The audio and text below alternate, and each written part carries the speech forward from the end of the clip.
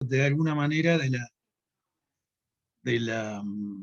esta recopilación de información que estamos haciendo sobre impacto. Así que Pablo, si querés contarnos.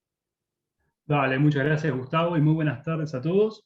Aprovechamos estos minutos antes de empezar con la tercera charla de este ciclo de encuentros para hacer un poquito de propaganda de nuestra página, nuestra nueva cuenta de Instagram. Pueden encontrarnos allí como gea.ipatec.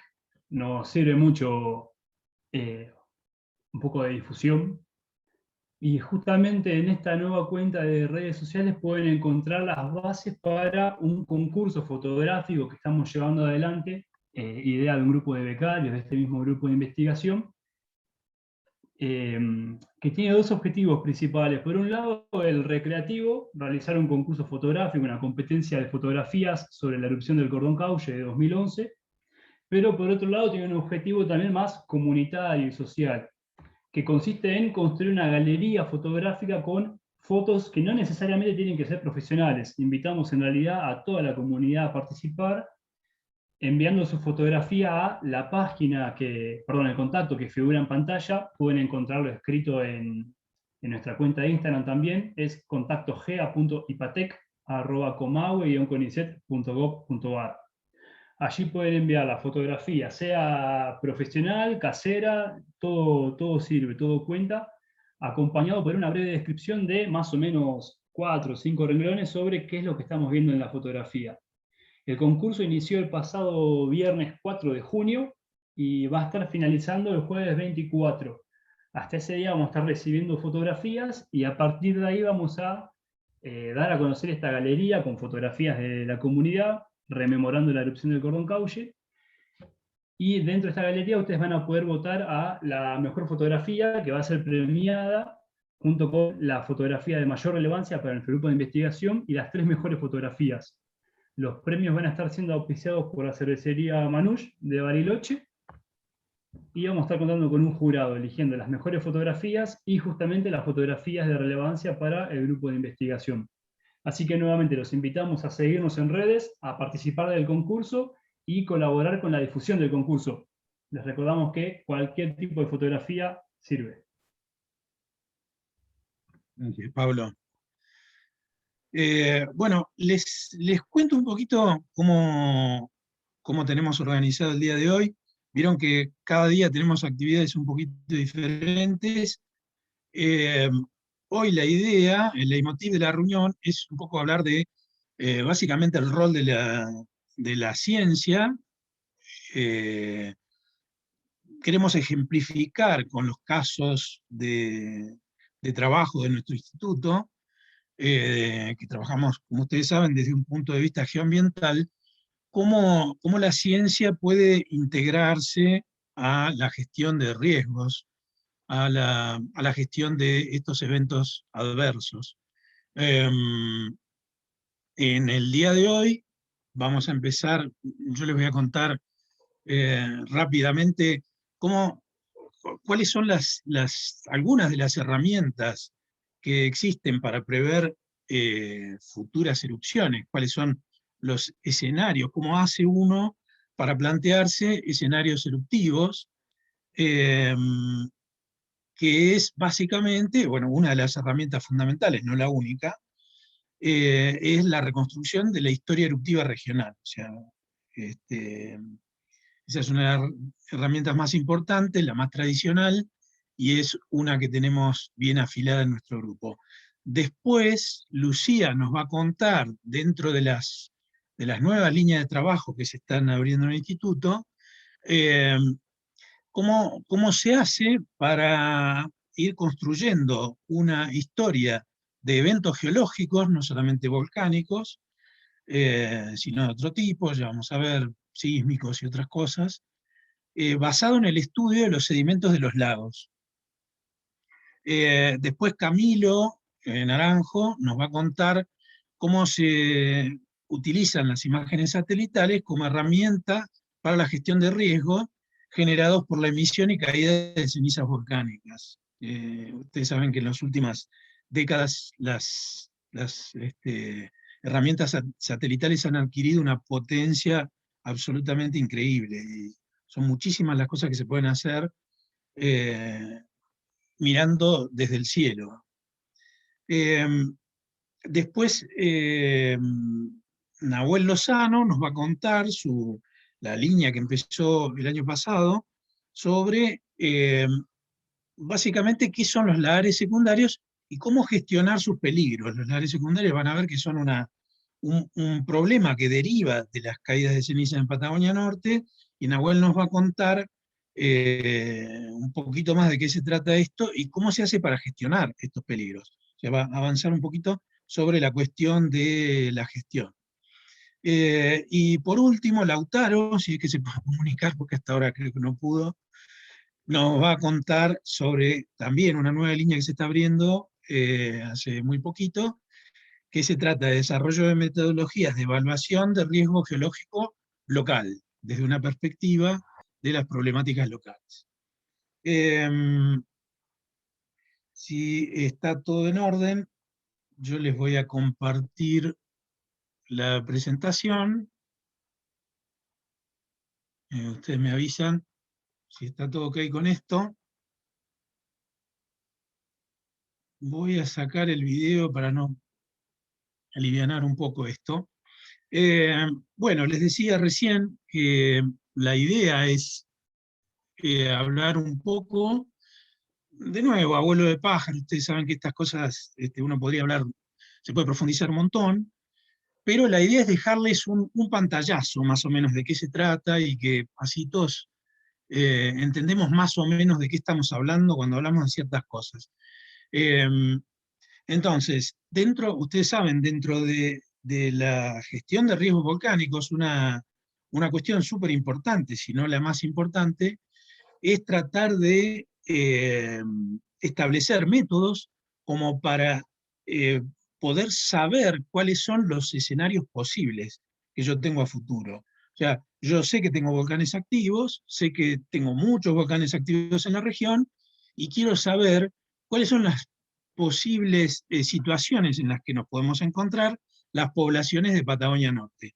Para eso necesariamente yo tengo que tener algún tipo de método para establecer qué tipo de erupción puede ser la que viene, la siguiente.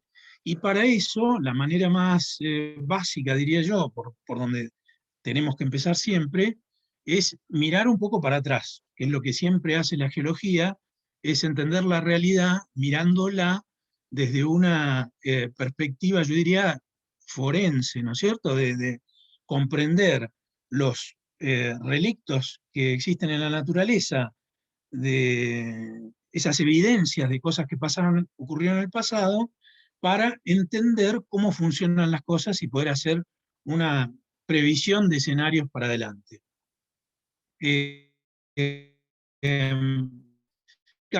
Lo que voy a tratar de mostrarles es esto que les comentaba de planteo de escenarios, pero tratando de apoyarme en tres ejes. O sea, vamos a tratar de hacer un repaso muy rápido de los tipos de erupciones y peligros asociados, que algo nos contó Pablo Salgado el otro día. Vamos a ver muy rápidamente qué estrategias de gestión se pueden aplicar para gestionar los peligros volcánicos en particular. Ustedes saben que los peligros naturales, cada uno tiene su propia metodología de gestión porque tienen características muy diferentes. Y por último, les voy a tratar de mostrar cuáles son algunos de los aportes que puede hacer la ciencia, en particular para reconstruir la historia eruptiva de los volcanes y cómo eso se puede aplicar para la previsión de escenarios. Básicamente, tratando de ver tipos de erupciones y peligros volcánicos, ¿se acuerdan ustedes que Pablo nos explicó más o menos bastante de en qué consistían las erupciones explosivas? Digamos hoy, para ser breves, que son aquellas que emiten una gran cantidad de material particulado a la atmósfera, y este material particulado de origen volcánico, producido por una erupción violenta de carácter explosivo, que tiene gran cantidad de gases disueltos en ese magma original, se trasladan en la atmósfera a niveles bajos, medios y a veces también altos de la atmósfera, y lo que les permite transportarse a lo largo de cientos o miles de kilómetros. Ustedes saben que las erupciones importantes, estas que llegan hasta la estratosfera, a veces provocan que el material circunvale la Tierra incluso varias veces alrededor del mundo antes de empezar a depositarse. Esas son las erupciones explosivas que de alguna manera hemos visto en la región en estos últimos años. Pero hay otro tipo de erupciones que también seguramente conocemos, que son las efusivas, que son aquellas que tienen justamente un bajo nivel de explosividad y donde la manifestación más común es la producción de lavas, ríos de lava. Entre esos dos extremos tan rotundos, diría yo, se encuentran la mayoría de las erupciones volcánicas. O sea, en algún punto tienen algún nivel de explosividad y probablemente también haya alguna cantidad de emisiones lávicas acompañadas por fenómenos explosivos. Entonces, el espectro de posibilidades es inmensamente amplio, no solamente entre volcanes diferentes, sino incluso en un mismo volcán. Hay veces que un volcán puede tener erupciones eminentemente explosivas y en erupciones siguientes ser mayormente lávicas, o incluso una misma erupción puede cambiar de estilo, como pasó por ejemplo en el Cordón Caulle, de inicialmente ser explosiva a convertirse en emisión de lavas.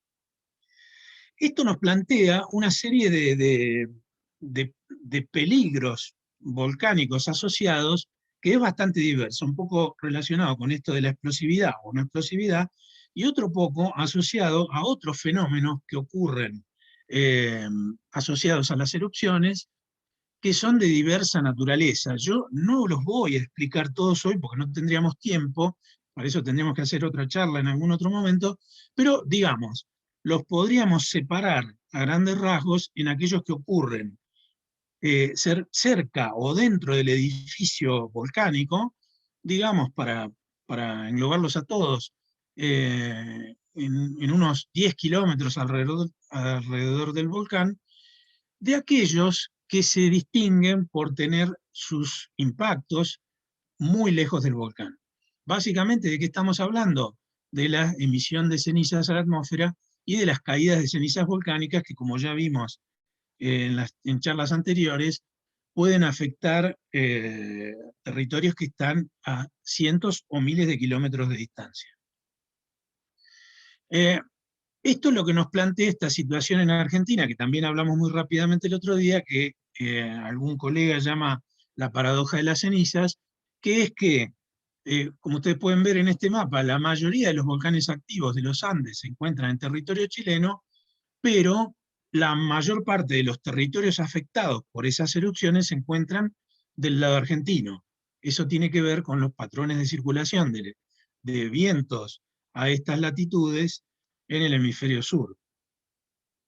Esto, de alguna manera, nos plantea esta necesidad de concentrarnos o enfocarnos en las erupciones explosivas y en las caídas de tefra, las caídas de materiales piroclásticos. Entonces, pensando ya más que nada en eso y dejando de lado otros peligros volcánicos que no hay que olvidar en el país porque tenemos volcanes en nuestro territorio, pero bueno, sepamos que nos estamos enfocando básicamente en este proceso porque fue el que nos ocurrió, el que nos afectó en 2011. Bueno, ¿qué es lo que puede aportar la ciencia? Porque como voy a tratar de conversar ahora, hay bastante confusión sobre cuál es el rol específico que debe ocupar la ciencia y cuál es el rol de instituciones que están más involucradas con la gestión. Acá yo les pongo una frase de origen japonés que dice que básicamente las calamidades naturales nos golpean más o menos justo en el momento en que nos olvidamos de el terror que produjo el anterior, ¿no? Y creo que es algo que describe bastante bien lo que nos viene pasando en Patagonia. Eh, bueno, para ver qué es lo que puede aportar la ciencia, yo me voy a apoyar en esta pirámide clásica que planteó Tilling hace ya más de 30 años, porque me parece que es bastante comprensiva de todo lo que se hace y lo que se puede hacer para la gestión de, de riesgos volcánicos, y mostrando claramente el espectro de cosas que hay para hacer y las posibles roles o superposiciones.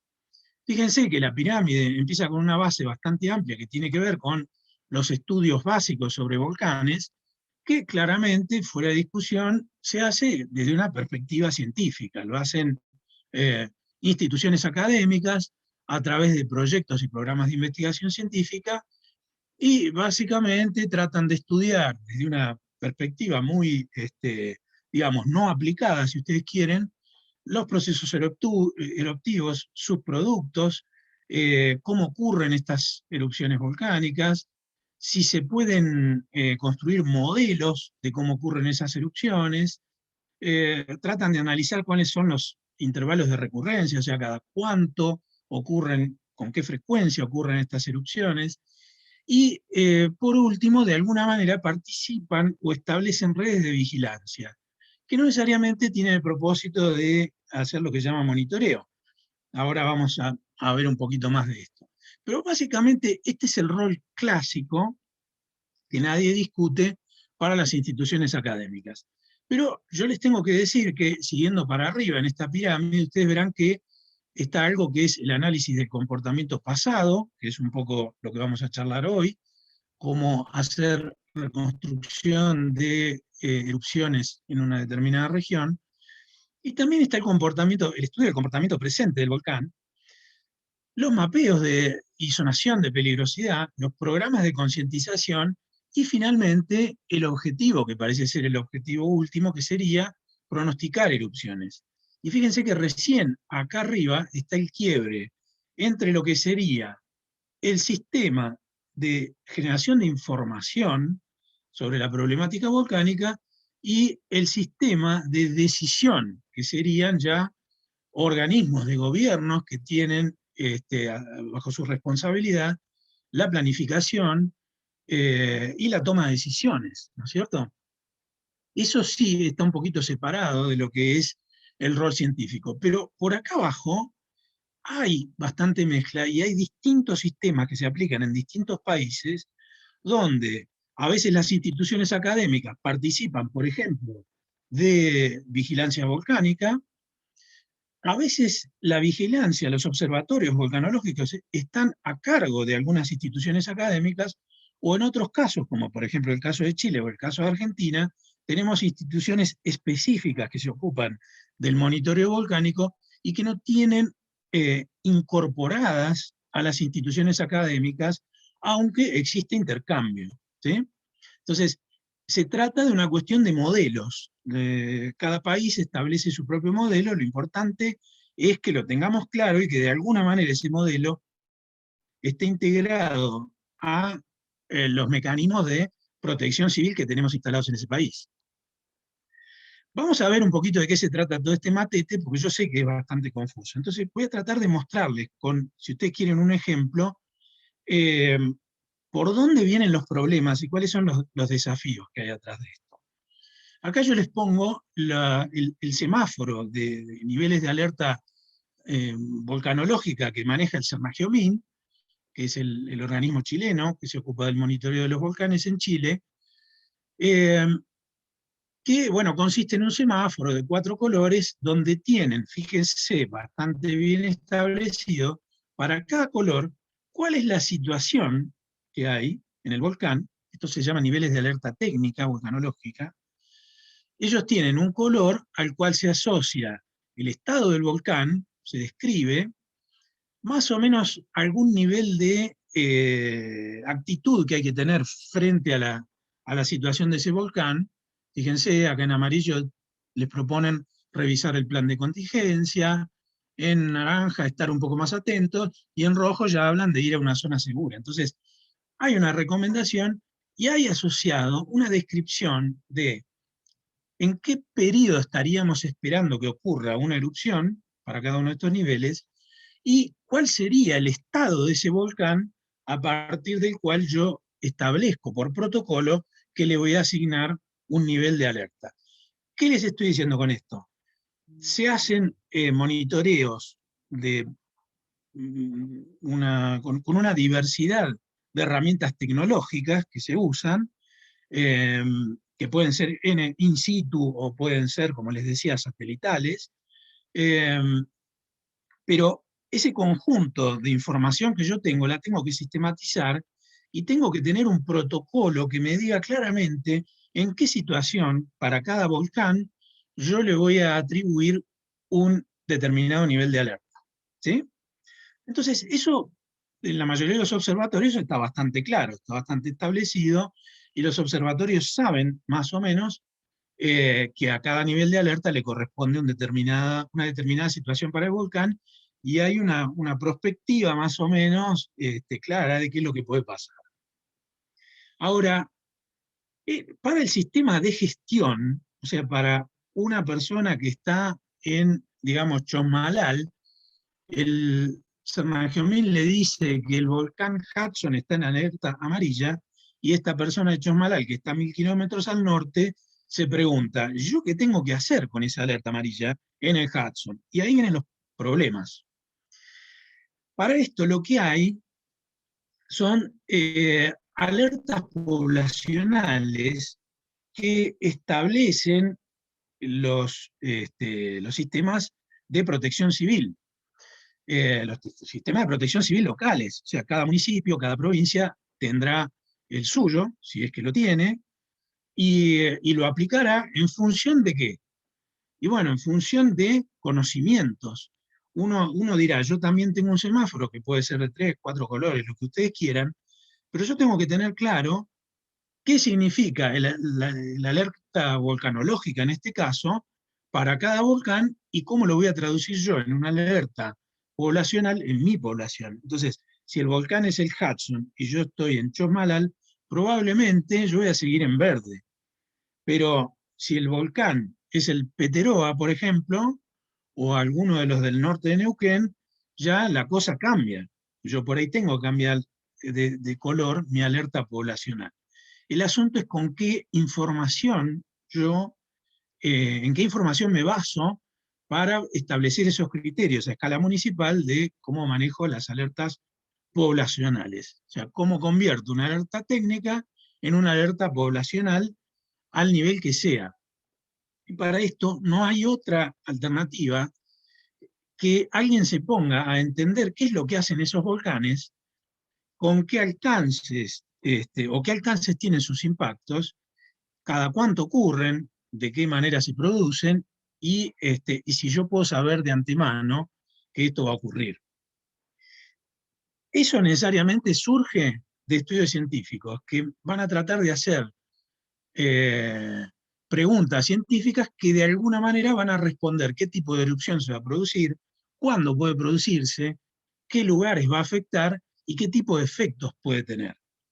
Esto claramente, yo para poder utilizarlo en la gestión, lo tengo que convertir en productos que le permitan a la gente de gestión entender de qué estoy hablando. Y eso suelen ser mapas de peligro, mapas de riesgo, o a veces sistemas de alerta temprana, sistemas de gestión. ¿Sí? Lo que estoy queriendo contarles es que entre la pregunta, la generación del conocimiento y la herramienta útil, que es esto que hablábamos de los idiomas el otro día, que se hablan entre sistema científico y sistema de gestión, hay productos que tienen que existir. No podemos estar llamándonos por teléfono y contándonos las cosas y que cada uno entienda lo que pueda.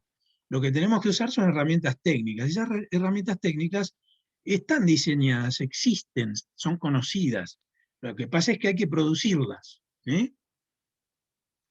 Voy a tratar de mostrar esto en un cuadrito que a mí me gusta mucho, que está parcialmente copiado de un profesor mío, español, se llama Ramón Ortiz, y donde se muestran más o menos estas preguntas que yo les comentaba, y más o menos qué tipo de gestión puedo ir aplicando. Entonces, Si la primera pregunta es ¿qué va a hacer el volcán? Sabemos que los volcanes, incluso un mismo volcán puede hacer distintas cosas.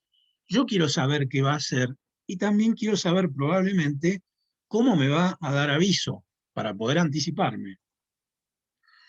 Para esto necesariamente, como les decía, no hay otra manera de poder contestar esas preguntas que estudiar a ese volcán en particular, estudiarlo mucho. Yo necesito conocerlo, necesito conocer qué carácter tiene ese volcán, qué personalidad tiene, como les decía el otro día. Y esto se hace a través de la investigación científica, no hay otra manera. Por la metodología que quieran, hay diversidad de métodos para aplicar, aproximaciones a veces súper diferentes, pero siempre dentro de lo que está en el ámbito de la investigación científica y se financia con proyectos de investigación o programas de investigación, agencias de investigación, instituciones científico-académicas. El qué va a hacer es lo que de alguna manera, les decía, se contesta con mapas de peligrosidad y mapas de riesgo. Yo les digo a esta persona en qué lugar puede ocurrir, por ejemplo, una cola de lava, por ejemplo, un lahar o un colapso de edificio volcánico. ¿Sí? ¿Y cómo me va a avisar? Para eso yo tengo que instalar estas redes de vigilancia, los observatorios. Entonces, ya tengo dos cuestiones que son bastante diferentes, las dos se apoyan en información científica, pero tienen características y desafíos muy, muy diferentes.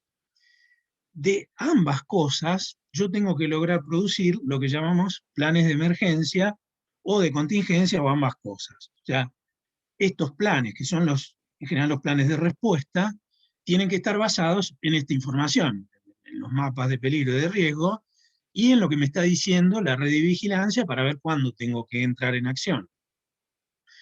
Y esto normalmente era lo que llamamos gestión de la crisis, o sea, gestión del momento donde ocurre el problema, donde ocurre la erupción, o tuve la alerta amarillo y me asusté y activé un montón de cosas.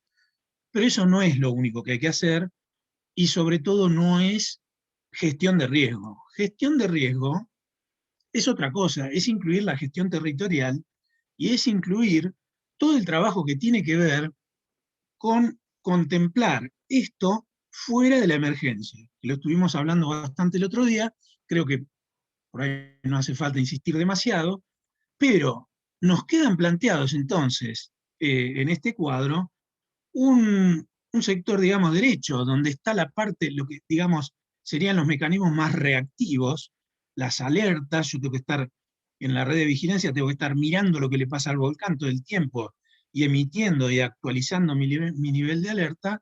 Y por otro lado, el lado izquierdo del cuadro, yo tengo algo un poco más tranquilo, entre comillas, que es el trabajo que yo tengo que hacer todos los días, esté el volcán en el estado que esté, para trabajar en la gestión de territorio, en el diseño de políticas de gestión de riesgo, que es lo que de alguna manera nos va a contar hoy Lautaro. Yo pienso, y esto es una idea mía, que en Argentina, como están planteadas las cosas, el sistema científico, académico, tiene un rol mucho más claro e importante en el sector izquierdo del cuadro que en el sector derecho, aunque en otros países, les digo, la cosa es bastante diferente. O sea, de alguna manera, lo que les estoy diciendo, el sistema científico académico tiene reservado básicamente lo que es la investigación básica, la producción de conocimiento, pero no tanto la respuesta durante las emergencias. Vamos a charlar un poquito entonces, habiendo tenido este pantallazo, de cómo hacemos esto de la reconstrucción de la historia eruptiva de un determinado volcán o de una región volcánica. Como se imaginarán, una fuente de información muy importante es el trabajo científico que hicimos durante erupciones relativamente recientes. Hudson del 91, Chaitén de 2008, que es la que tienen acá abajo a la derecha, erupciones un poquito más antiguas que no fueron tan bien estudiadas como estas, pero estas del 60, del Cordón Caulle, incluso la del 21-22, también tuvo algún nivel de información científica, pero sobre todo Chaitén, Hudson, Gordon Cowley y Calbuco son erupciones que están muy bien estudiadas y siguen siendo estudiadas hoy en día. Entonces, para eso estamos bastante tranquilos que de las últimas décadas tenemos mucha información.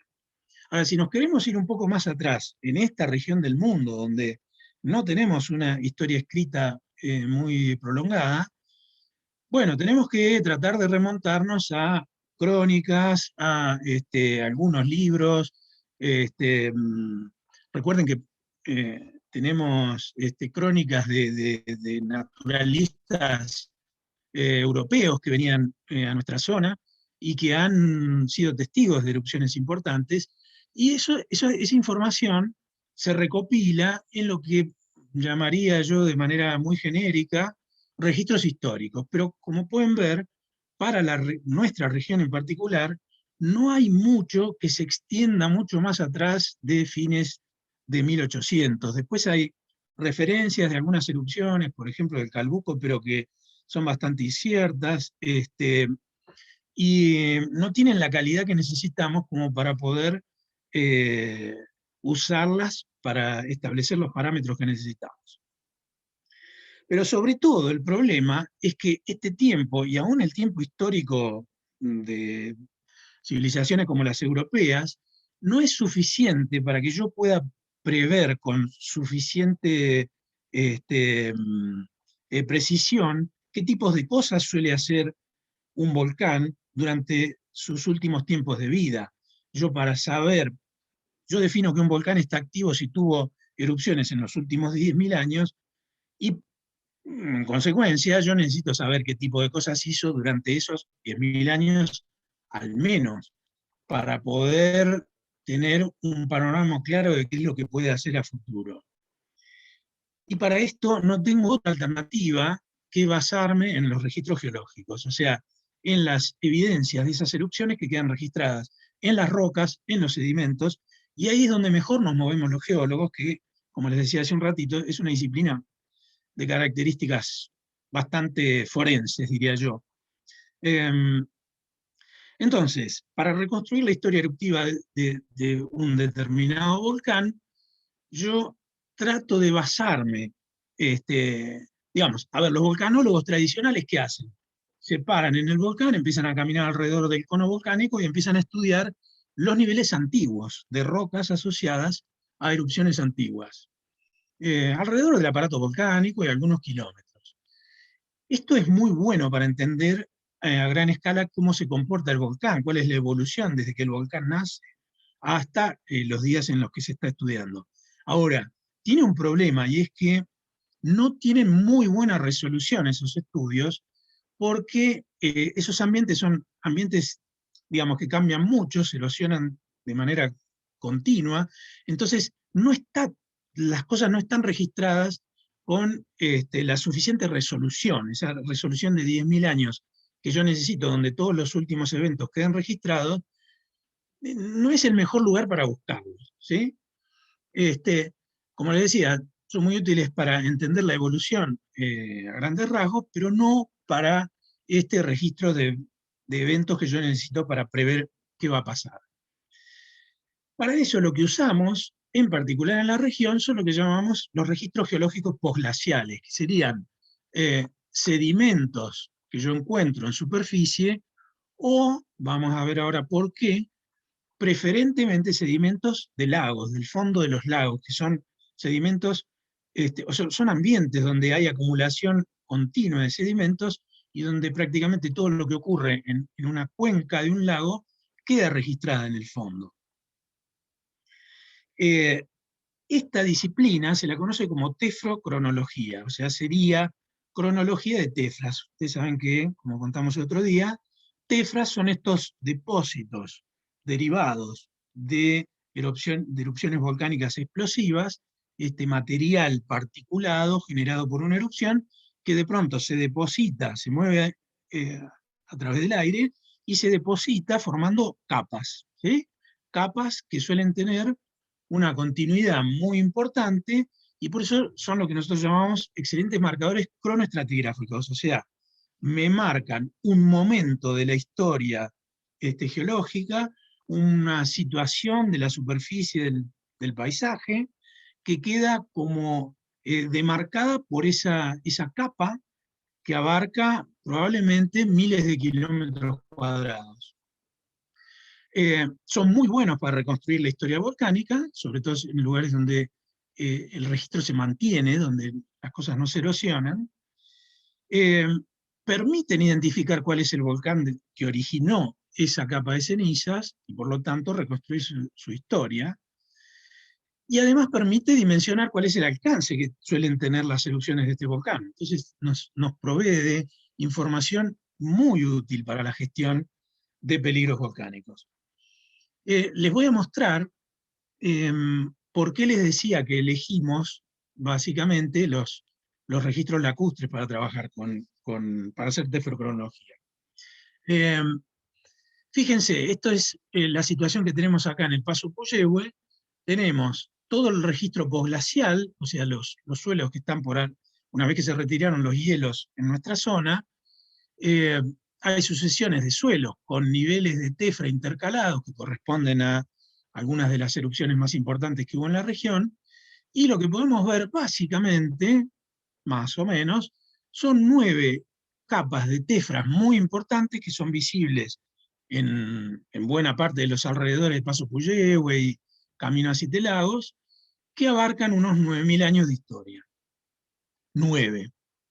Ahora, si yo me corro un poquito más lejos, acá a la zona de Bariloche, y miro qué pasa en un perfil de suelos, yo les muestro acá un corte donde tenemos todo esto es material que corresponde al momento de la glaciación, y este pedacito de acá arriba, que será 1,5 metros de suelos, corresponde a todo el Holoceno, o sea, ese periodo que estábamos hablando donde en el Paso Puyehue vimos 9 erupciones. Y como se ve acá a simple vista, yo no logro distinguir ninguna caída de cenizas, ninguna capa de cenizas, porque básicamente se han integrado al suelo, las que se han preservado, se han integrado al suelo. Entonces, yo no tengo posibilidad de distinguirlas. En cambio, fíjense lo que pasa en un testigo de Laguna El Trébol, que está muy cerquita de este lugar, y ya ahí rápidamente identifico 43 niveles de tefra a simple vista, sin aplicar ninguna metodología compleja. Entonces, claramente los sedimentos lacustres tienen una mucha mejor resolución y muchísimo mejor potencial de preservación de los niveles de tefra caídos en el pasado. Entonces, preferentemente yo voy a usar registros lacustres. Les voy a mostrar muy rápidamente un ejemplo de la zona de Parque Los Alerces. Fíjense, nosotros teníamos acá mapeo de alcances de algunas tefras, de algunas erupciones muy importantes, hechas por colegas chilenos basados en las capas de superficie de volcanes como el Chaitén, el Corcovado, el Michimahuida, y como ven, por ejemplo, para el caso del Michimahuida, había marcadas únicamente 2 grandes erupciones que tenían este alcance. Fíjense que nosotros trabajamos con otros colegas chilenos en 5 sitios de 5 lagunas, y les voy a mostrar cómo, por ejemplo, en la laguna del Cóndor, o en una laguna que se llama Teo, que está acá cerquita de Chaitén, no había mapeado ningún nivel de tefra, pero cuando abrimos el testigo, rápidamente vemos que en una sola de esas secciones de testigo tenemos no menos de 7 niveles de tefra, una de las cuales tiene cerca de 20 centímetros de espesor, que es una de las grandes erupciones del volcán Chaitén, que había sido atribuida erróneamente al Michimahuida en este trabajo, y que claramente tenía una expresión importantísima fuera del rango que le había sido adjudicado usando los depósitos de superficie. Lo mismo pasó en la laguna La Zeta, donde encontramos una innumerable cantidad de cenizas, no solamente del volcán Chaitén, sino de varios otros de la región, que no habían sido reconocidas previamente. Eh, Ustedes dirán, bueno, vos ves un montón de tefras, de cenizas ahí en esos testigos, pero es un testigo chiquitito. ¿Cómo haces para saber de dónde salió esa ceniza? ¿Cuál es el volcán de origen? ¿Y cómo asocio ese nivelcito que veo en un testigo a otro nivelcito que veo en otro testigo que está a cientos de kilómetros del- del lugar donde yo saqué los dos testigos? Básicamente lo que hacemos es caracterizar con mucha precisión a los materiales volcánicos que componen esas tefras. Hay un montón de métodos de índole geológico, geoquímico. Yo no los quiero aburrir con esto. Les voy a mostrar muy rápidamente algunas de las cosas fundamentales. Estas son imágenes de microfotografías de microscopio electrónico de partículas muy chiquititas de cenizas volcánicas que, como pueden ver, tienen unas morfologías bastante particulares, ¿sí? Fíjense, acá tenemos otra erupción, distintas materiales de distintas erupciones, y como pueden ver, tienen características diferentes. Nosotros lo que hacemos es establecer algunos parámetros, algunas este, características específicas morfológicas de estos fragmentos, y los caracterizamos y empezamos a asociar determinadas características con determinadas erupciones. Otra cosa que hacemos es utilizar herramientas geoquímicas, o sea, les hacemos análisis químicos a estos fragmentitos microscópicos y empezamos a establecer diferencias entre distintas erupciones. Acá yo les muestro solamente un ejemplito de este que les había estado contando recién. Fíjense, hay distintos análisis de distintas muestras de tefras que se van agrupando en distintos grupos de muestras cuando yo grafico distintos parámetros geoquímicos, ¿sí? Acá a la izquierda tienen las muestras de los testigos y acá a la derecha, en gris, los valores que dan las muestras de la erupción de Chaitén de 2008. La primera cosa que se puede ver con claridad es que estos agrupamientos grises de Chaitén de 2008 tienen una correspondencia de composiciones similares en muchos de los niveles de tefra que nosotros estamos viendo en el testigo.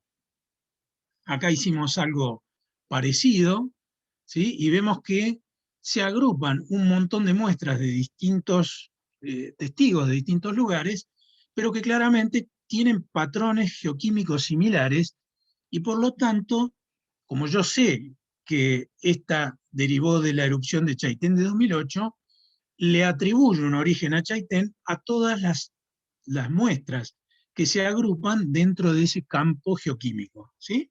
Entonces yo ya empiezo a saber qué características tienen las erupciones del volcán Chaitén. Y todo lo que tiene una composición similar lo atribuyo a ese volcán. Esto es un poco más complejo de lo que yo se los estoy contando, pero básicamente esa sería la metodología que usamos.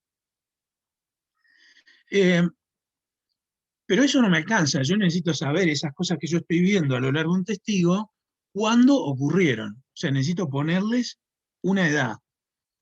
Y para eso existen los modelos cronológicos de testigos que se apoyan en dataciones radiocarbónicas, o sea, datamos materiales eh, vegetales, materiales orgánicos que hayan estado vivos y que quedan depositados junto con nuestros sedimentos, y que yo le puedo establecer la edad a ese material y por lo tanto asignar qué edad tiene ese nivel del testigo.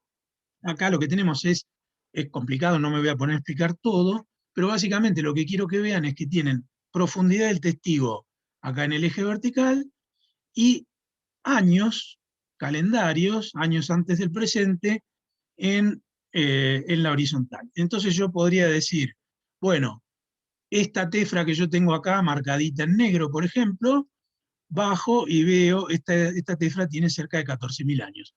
Yo puedo establecer con mucha precisión qué edad tiene cualquier cosa que esté en mis testigos con estos modelos, que son unos modelos estadísticos muy complicados que usan métodos bayesianos. Hay otros métodos parecidos, como con otros programas que me permiten, digamos, hacer lo mismo con diferentes metodologías. Otra cosa interesante es cómo hago para establecer el alcance de estas erupciones. Fíjense, yo trabajo con distintos registros, como les decía recién, que pueden estar apartados centenares de kilómetros. Y después lo que intento hacer es, con estas herramientas que les contaba, es correlacionar en el registro los niveles más característicos. Finalmente, cuando yo logro correlacionar los mismos niveles correspondientes en distintos lugares, yo puedo armar cosas como esta, que es establecer con certeza cuál es el rango de dispersión que tuvieron, en este caso, por ejemplo, las 3 erupciones más importantes del volcán Chaitén en los últimos 10.000 años. ¿Sí? Bueno, ¿qué otros aportes podemos hacer? Claramente, ahí se mencionaban en el cuadrito de Tilling, divulgación científica. Yo ya les mostré este tríptico que teníamos preparado antes de la erupción de 2011, incluso antes de la de 2008. El tema es que hay que lograr que esto tenga algún nivel de penetración, y para eso tiene que haber políticas públicas, ¿no es cierto? Bueno, para terminar, reflexiones finales. Básicamente lo que les estamos tratando de mostrar es que la investigación científica tiene capacidad de aportar conocimientos volcanológicos que se pueden traducir en información aplicada útil para la gestión. La otra cosa es que es posible la interacción entre científicos y especialistas de la gestión territorial y de la gestión de emergencias para que posibilite el diseño de estrategias de gestión que nos acerquen a hacer esta sociedad resiliente que todos declamamos que buscamos. Y por último, que la divulgación científica es imprescindible para que la sociedad toda comprenda estas problemáticas y también se haga cargo de la parte que le corresponde, tanto de reclamar a las autoridades que hagan lo que tienen que hacer, como estar informados de lo que le corresponde a cada uno como ciudadano. Esto es todo. Creo que me pasé un poquito, así que no sé, supongo que veremos si podemos contestar algunas preguntas después. Más tarde, me dirán los chicos ahora cómo vienen.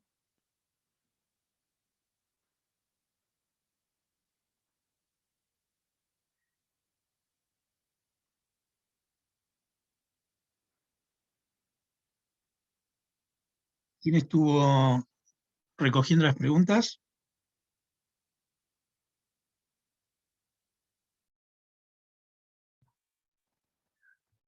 Gustavo, por el momento no hay preguntas en el chat.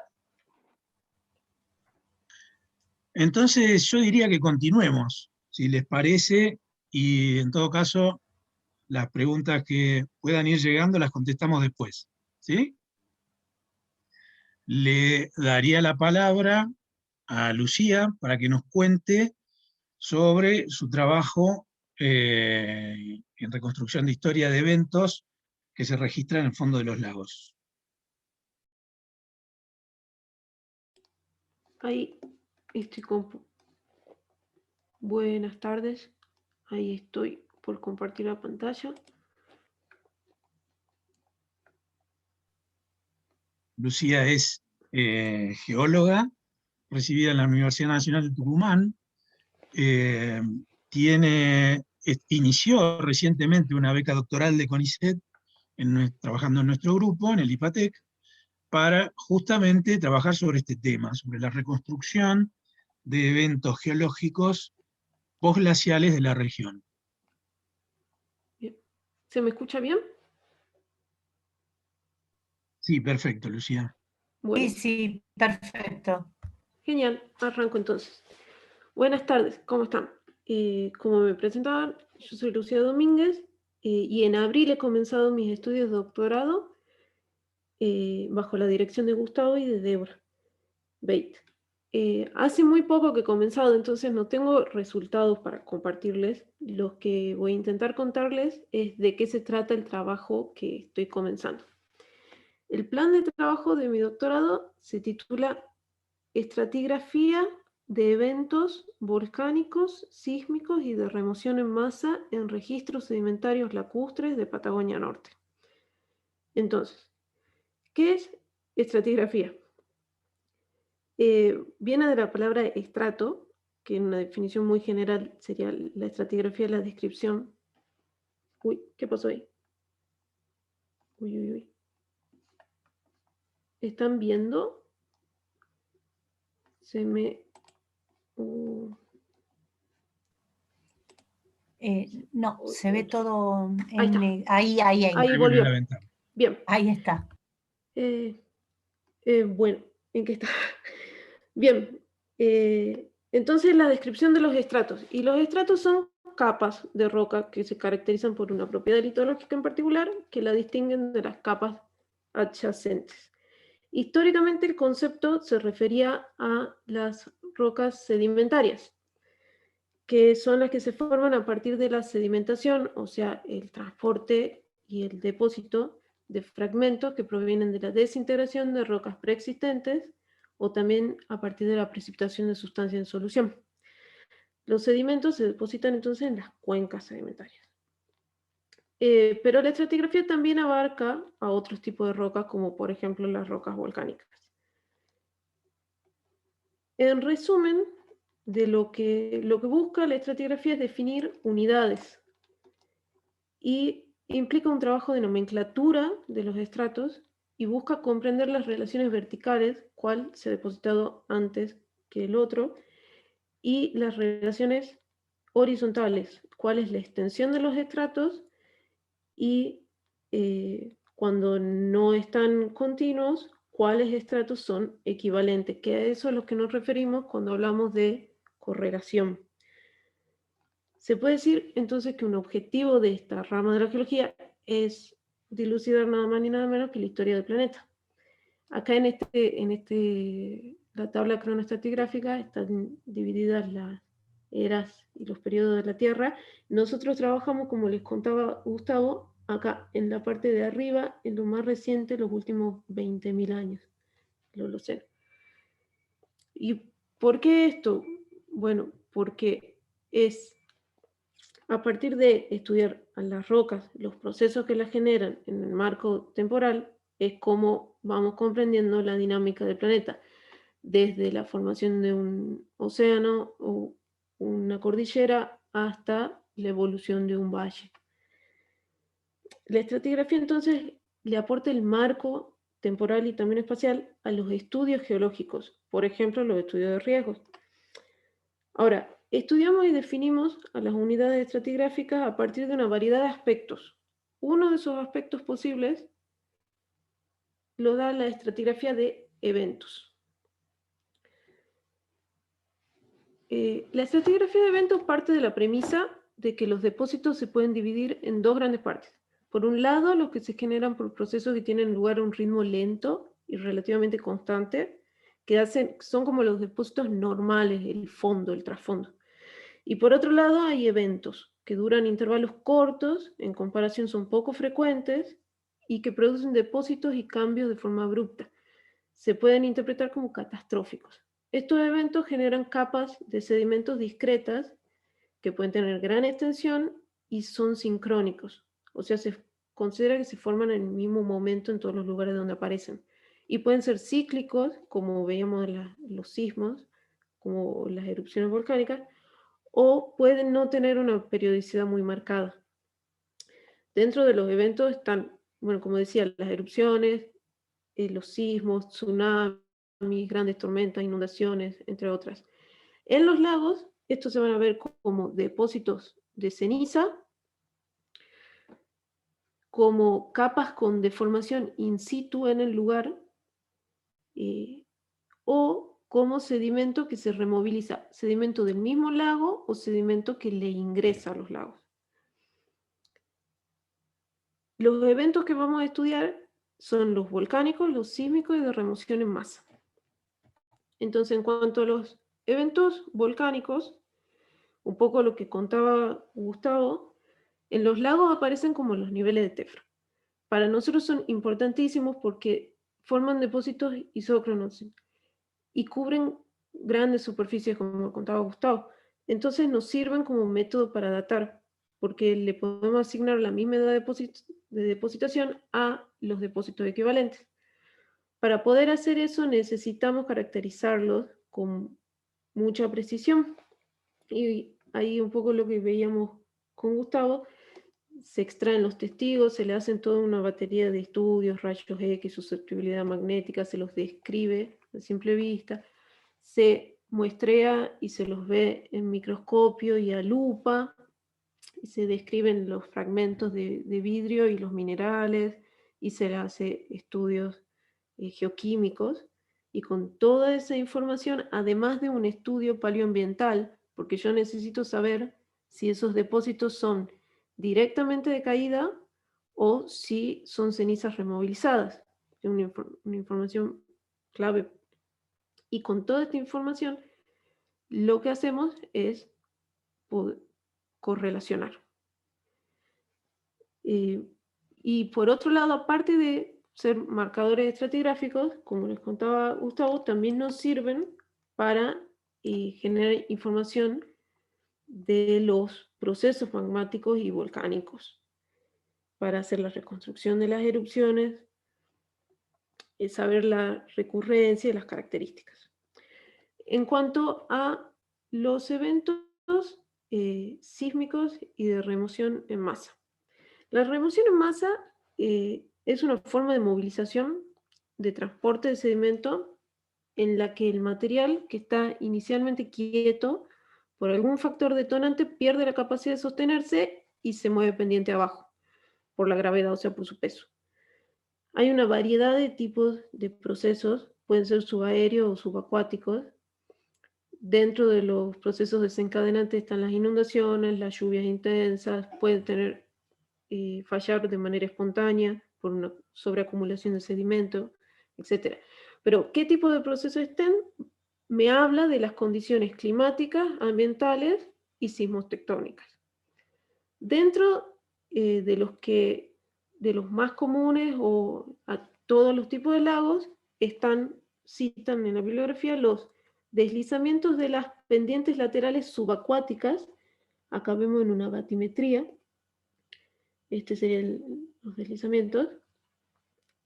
Otro tipo son los colapsos de los márgenes de los lagos, que pueden llegar incluso a la costa y ser muy masivos. Los colapsos de los frentes del Taikos, acá se ve ahí en celeste, y también las caídas de roca, que pueden ser subaéreas o pueden ser subacuáticas.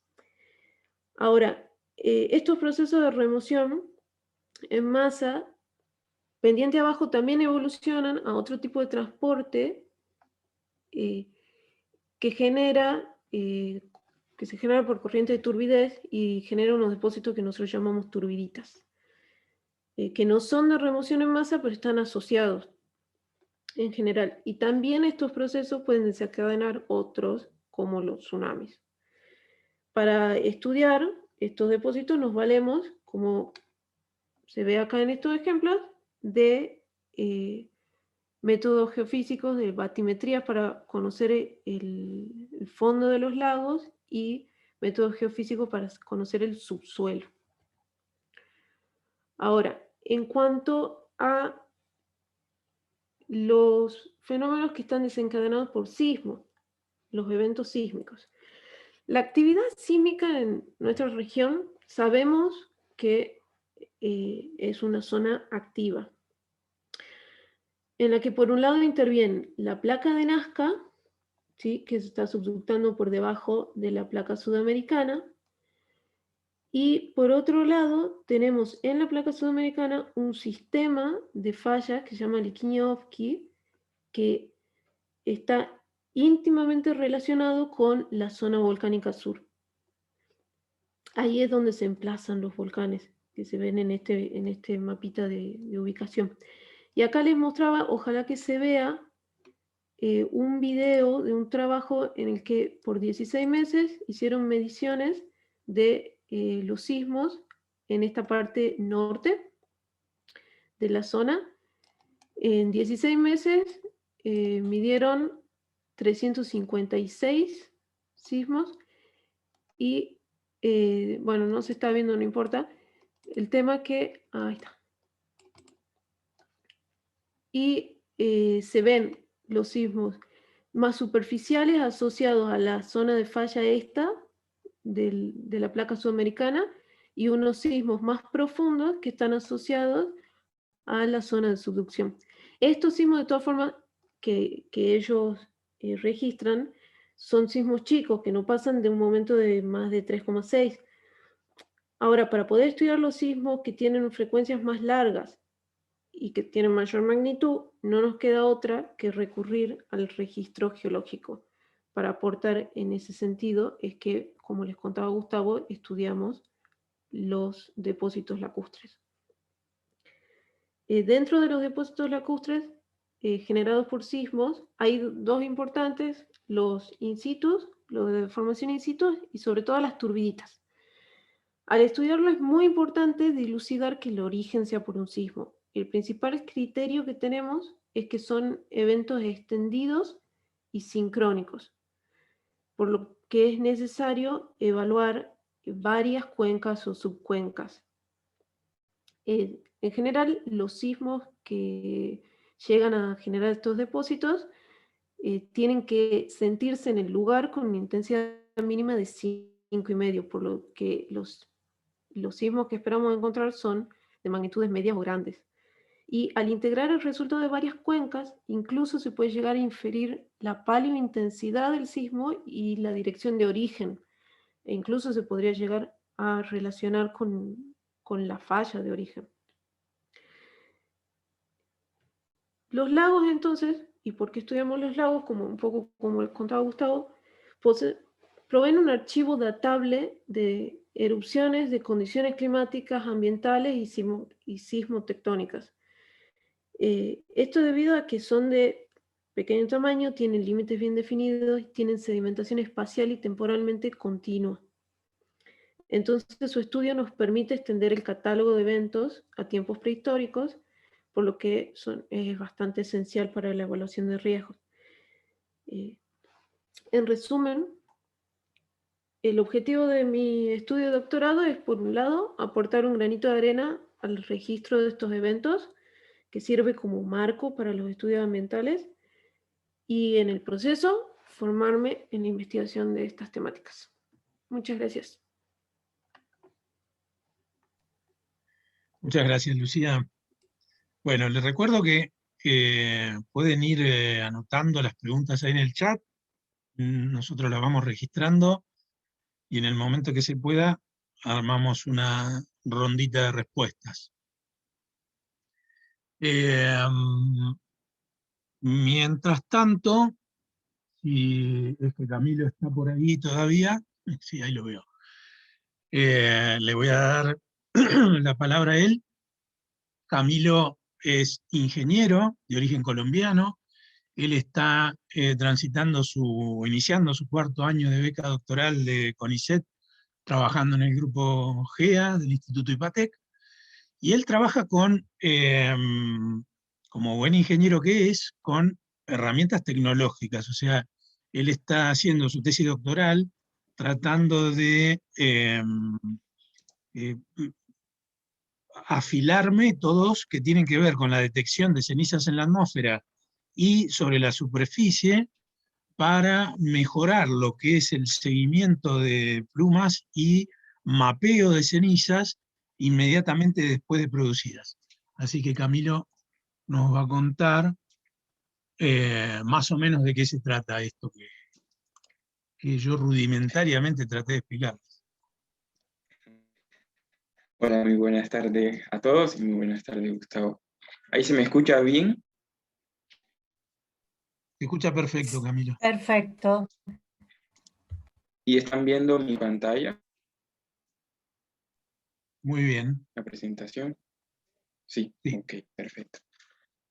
Bueno, muy buenas tardes. Como ya bien dijo Gustavo, mi nombre es Camilo Naranjo, soy ingeniero electrónico de Colombia y bueno, soy becario doctoral, estoy cursando mi 4º año, realizando la tesis de doctorado en la Universidad Nacional de Cuyo, en Mendoza, pero tengo lugar de trabajo en Bariloche, en GEA. Y bueno, yo soy un apasionado de todo lo que es teledetección, sensores remotos e imágenes satelitales. Y hoy la idea es un poco compartirles, digamos, el aporte que tienen las imágenes satelitales como herramientas para la gestión del riesgo generado por la emisión y la caída de ceniza volcánica.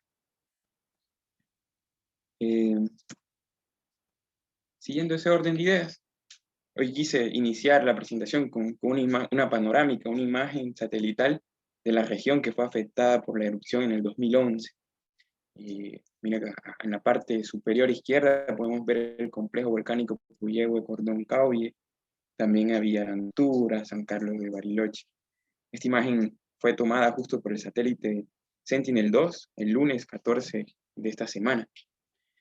Y para iniciar, me gustaría traer a colación una frase que decía Marco Tulio, que fue cónsul de Roma, romano, que decía: la contemplación de las cosas celestiales hará que un hombre hable y piense de manera más sublime y magnífica cuando descienda a los asuntos humanos.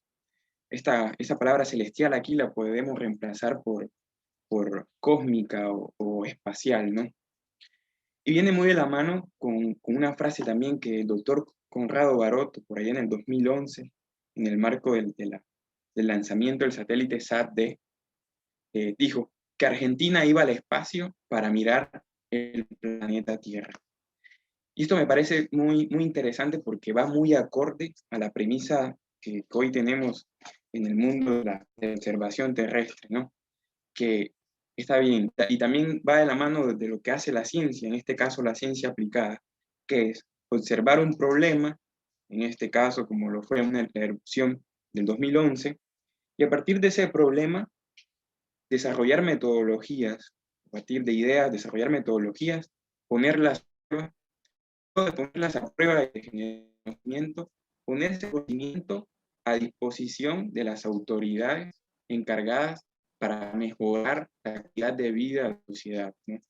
Y creo que ese es el punto principal que buscamos trabajar en el grupo y sobre todo particularmente yo con el tema de toda que es tecnología satelital.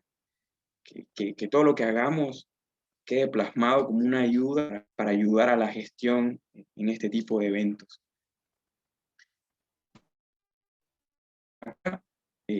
Yo también creo que las imágenes satelitales nos dan una nueva perspectiva, pero también son arte, ¿no? Es un privilegio poder observar nuestro planeta y todos sus fenómenos desde el cielo. Esta imagen es de un zoom bastante grande del volcán Puyehue, Cordón Cauye. Y a partir de esto, yo les pregunto, les cuento más bien, cómo observamos la Tierra, cómo observamos nuestro planeta nosotros a través de los satélites y de las imágenes satelitales. Y aquí les propongo que pensemos algo. Nosotros miramos el mundo, que estamos encerrados en no tiene ventanas y con luces apagadas.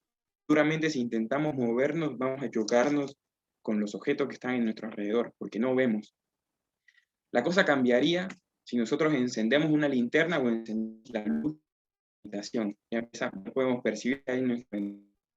Aquí es que necesitamos de la luz para poder observar, para poder tener imágenes. Nosotros como seres humanos necesitamos de la luz. Entonces, ¿pero qué es la luz? La luz es una pequeña ventana en un amplio rango de algo que se llama el espectro, que es donde se mueven las ondas electromagnéticas, una pequeña ventana. Es lo que nosotros llamamos luz visible y es lo que nuestros ojos pueden percibir. Pero hay toda una gama, ¿no? Están lo que son los rayos X, los rayos ultravioleta, toda la ventana, el infrarrojo térmico, lo que es onda, las microondas, los radares y las ondas de radio. Hoy en día tenemos ejemplos, por ejemplo, que vemos mucho las cámaras térmicas para medir la temperatura en lugares. Pero digamos, estas cámaras están dentro de la ventana del infrarrojo térmico. Y la misma tecnología, y moviéndose en otros lugares del espectro, también están todo lo que es los dispositivos de visión nocturna y las imágenes, digamos, el video que viene de las cámaras de seguridad, cuando en las noches todo está oscuro y nos persiguen hablar de eso.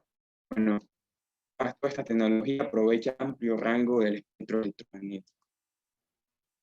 Y les cuento esto porque, digamos, a partir de una imagen satelital que estoy mostrando acá, muestra la pluma de ceniza, la nube de ceniza.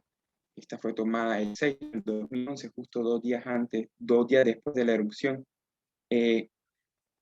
Esta imagen que están viendo nos muestra esta región con imágenes a color como nosotros la percibiríamos, ¿no? Pero los sensores remotos, las imágenes satelitales, tienen la bondad de que nos permiten ver el mismo objeto, la misma región, pero observar o analizar que nos muestran diferentes ventanas en el espectro electromagnético. Aquí yo les presento un mosaico de 9 imágenes, 9 ventanas diferentes de ese espectro.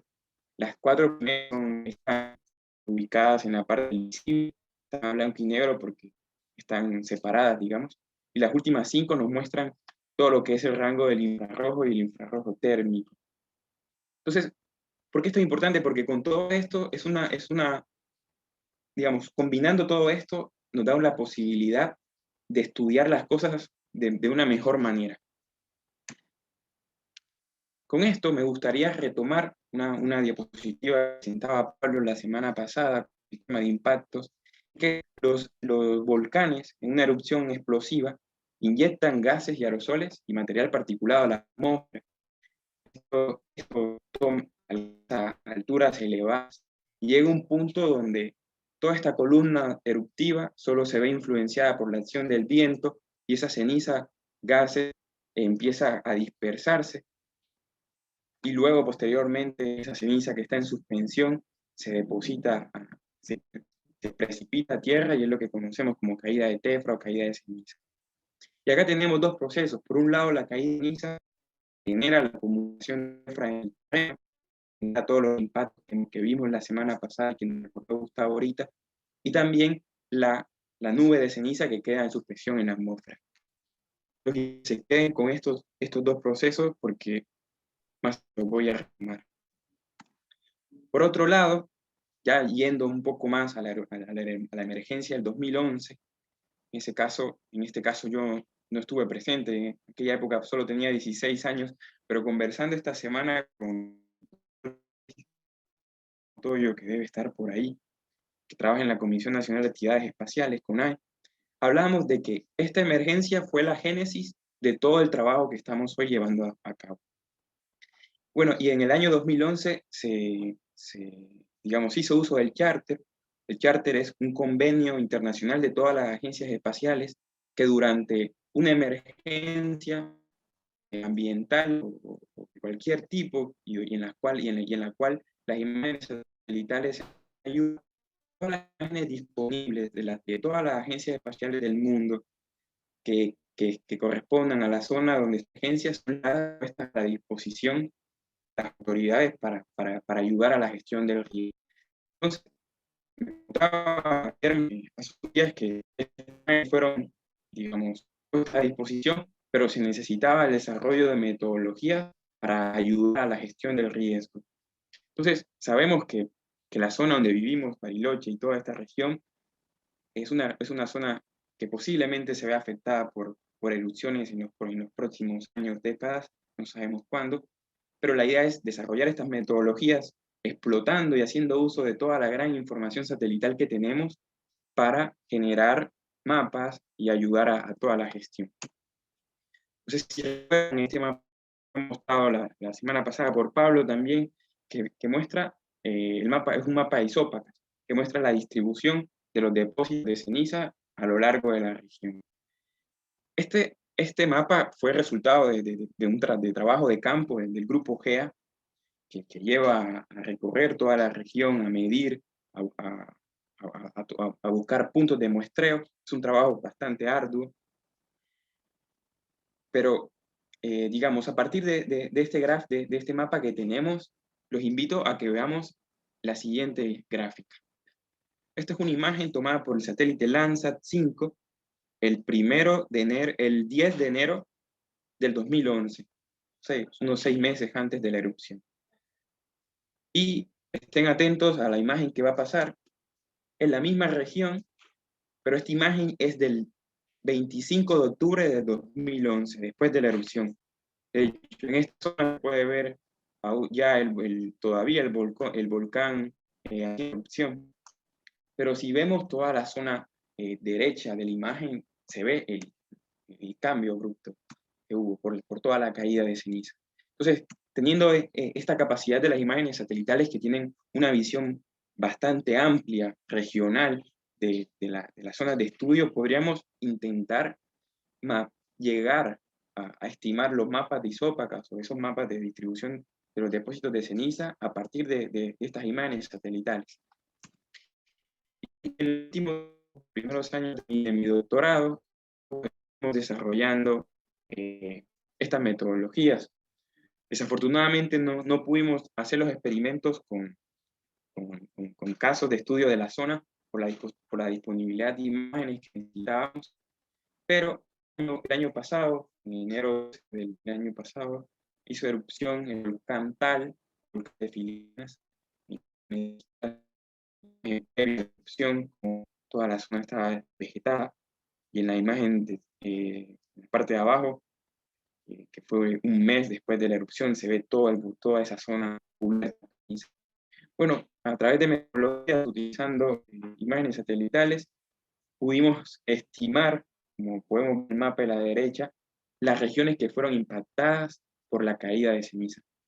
También a veces podemos ver la imagen a color y podemos sacar un análisis cualitativo de más o menos por dónde estuvo cayendo ceniza, pero la idea de nosotros es generar una metodología robusta que nos permita mapear de forma correcta las zonas impactadas.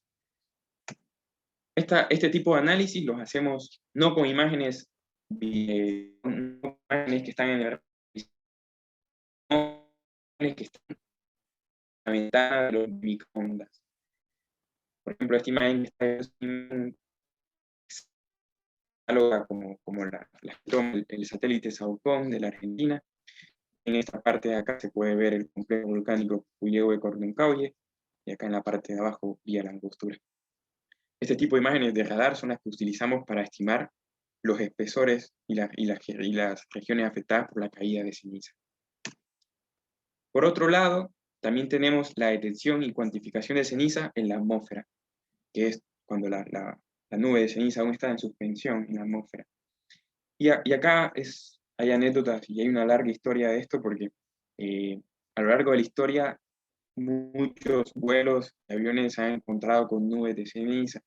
De hecho, hay un caso muy famoso que es el vuelo 009 de British, que por allá en 1982 era un Boeing 747, tenía 4 motores, y sin saberlo entró dentro de una nube de ceniza de un volcán cerca de Yakarta, y los pilotos no tenían conocimiento de eso, y los 4 motores se les apagaron.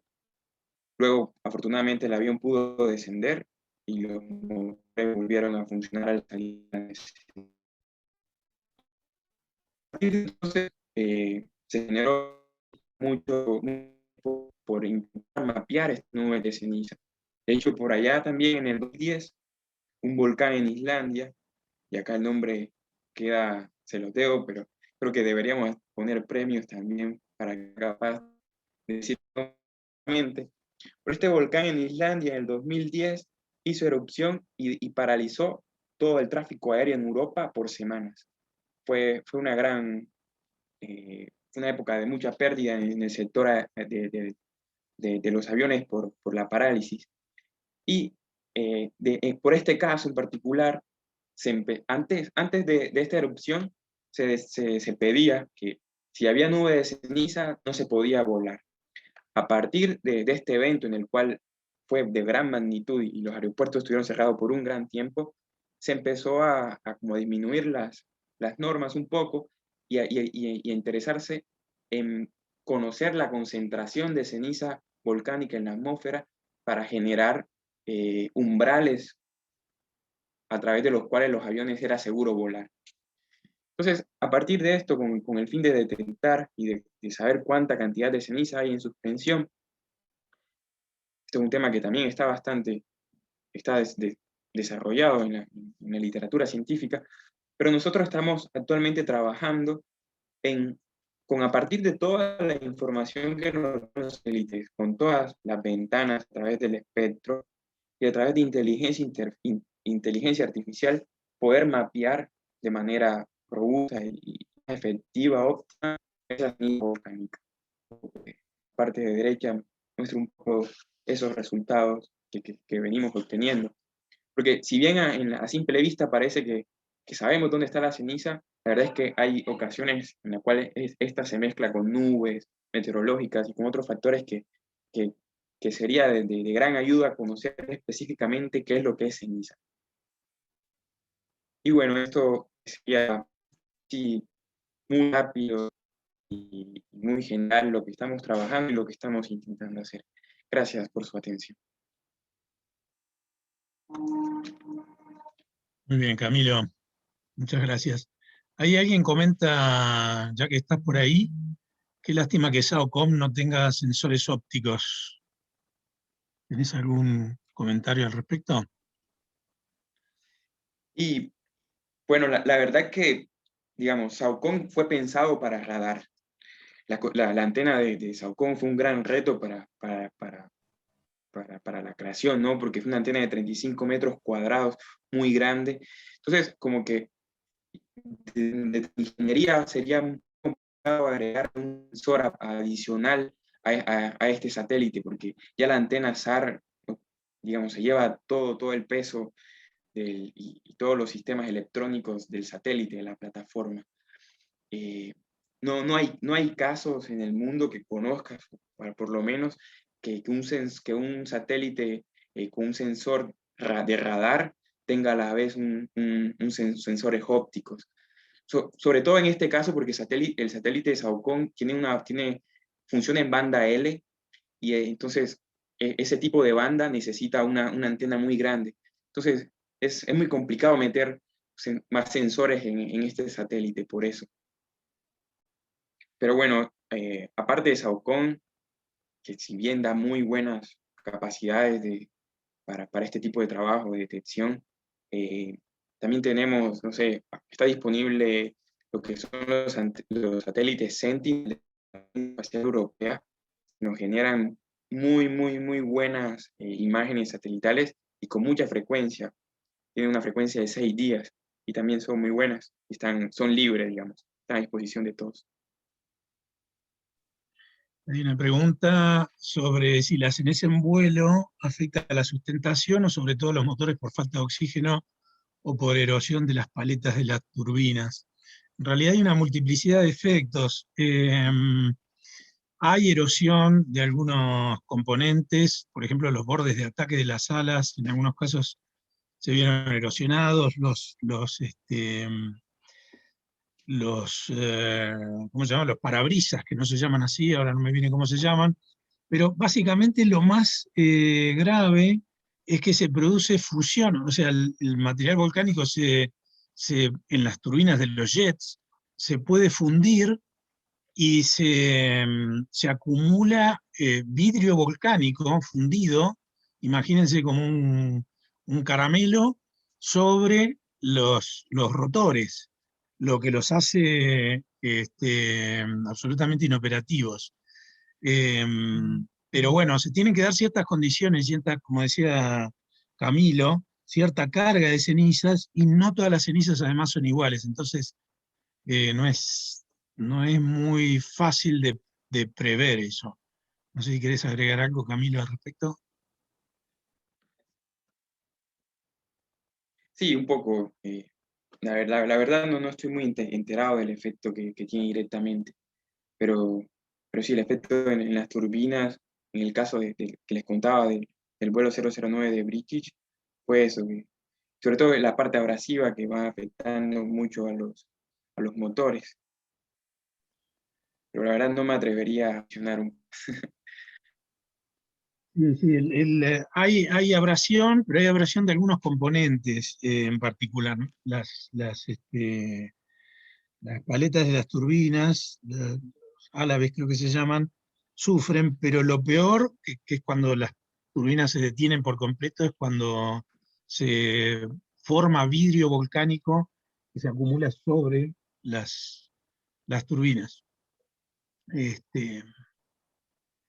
Bueno, si no hay otras preguntas ahora, podemos darle la palabra a Nahuel Lozano, que también es geólogo de la Universidad Nacional de Córdoba. Él entró con un programa de becas especiales que son becas de CONICET de proyectos PUE, entonces entró en una fecha un poco rara.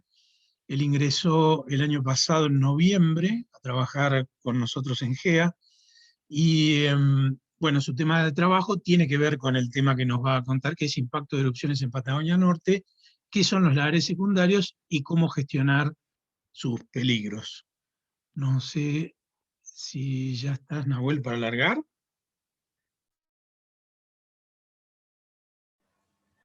Sí, ahí está cargando su presentación. ¿Me escuchan bien ahí? Sí, se escucha bien. ¿Y ya se ve la pantalla? Se ve la presentación, todavía no en modo presentación. Ahí la puse. Me avisan cuando esté. Dale. Ahí Bueno, estás. buenas tardes, antes que nada. Como decía Gustavo, yo voy a contarles sobre uno de los peligros derivados de erupciones como la que se iniciaba 10 años atrás en nuestra región, que es la ocurrencia de lagares secundarios. Bueno, mi intención de empezar con esta imagen satelital es dimensionar el desequilibrio que puede haber causado en el paisaje la caída de ceniza volcánica, que como vemos acá en la imagen, se extendía todavía 9 días después de iniciar la erupción, que permanecería activa hasta el año siguiente. Bueno, así fue que grandes volúmenes de ceniza se acumularon sobre las laderas de las montañas y los cauces de los ríos.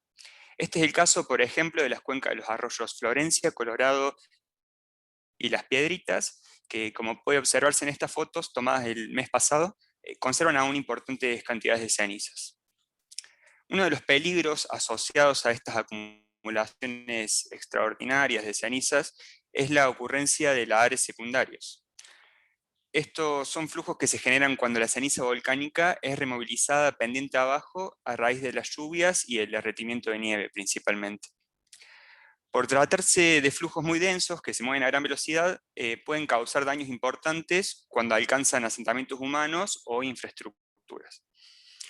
Después de la erupción de 2011, se han registrado flujos de este tipo sobre la Ruta Nacional 231, afectando mayormente la zona del Paso Cardenal Zamoré en el límite con Chile.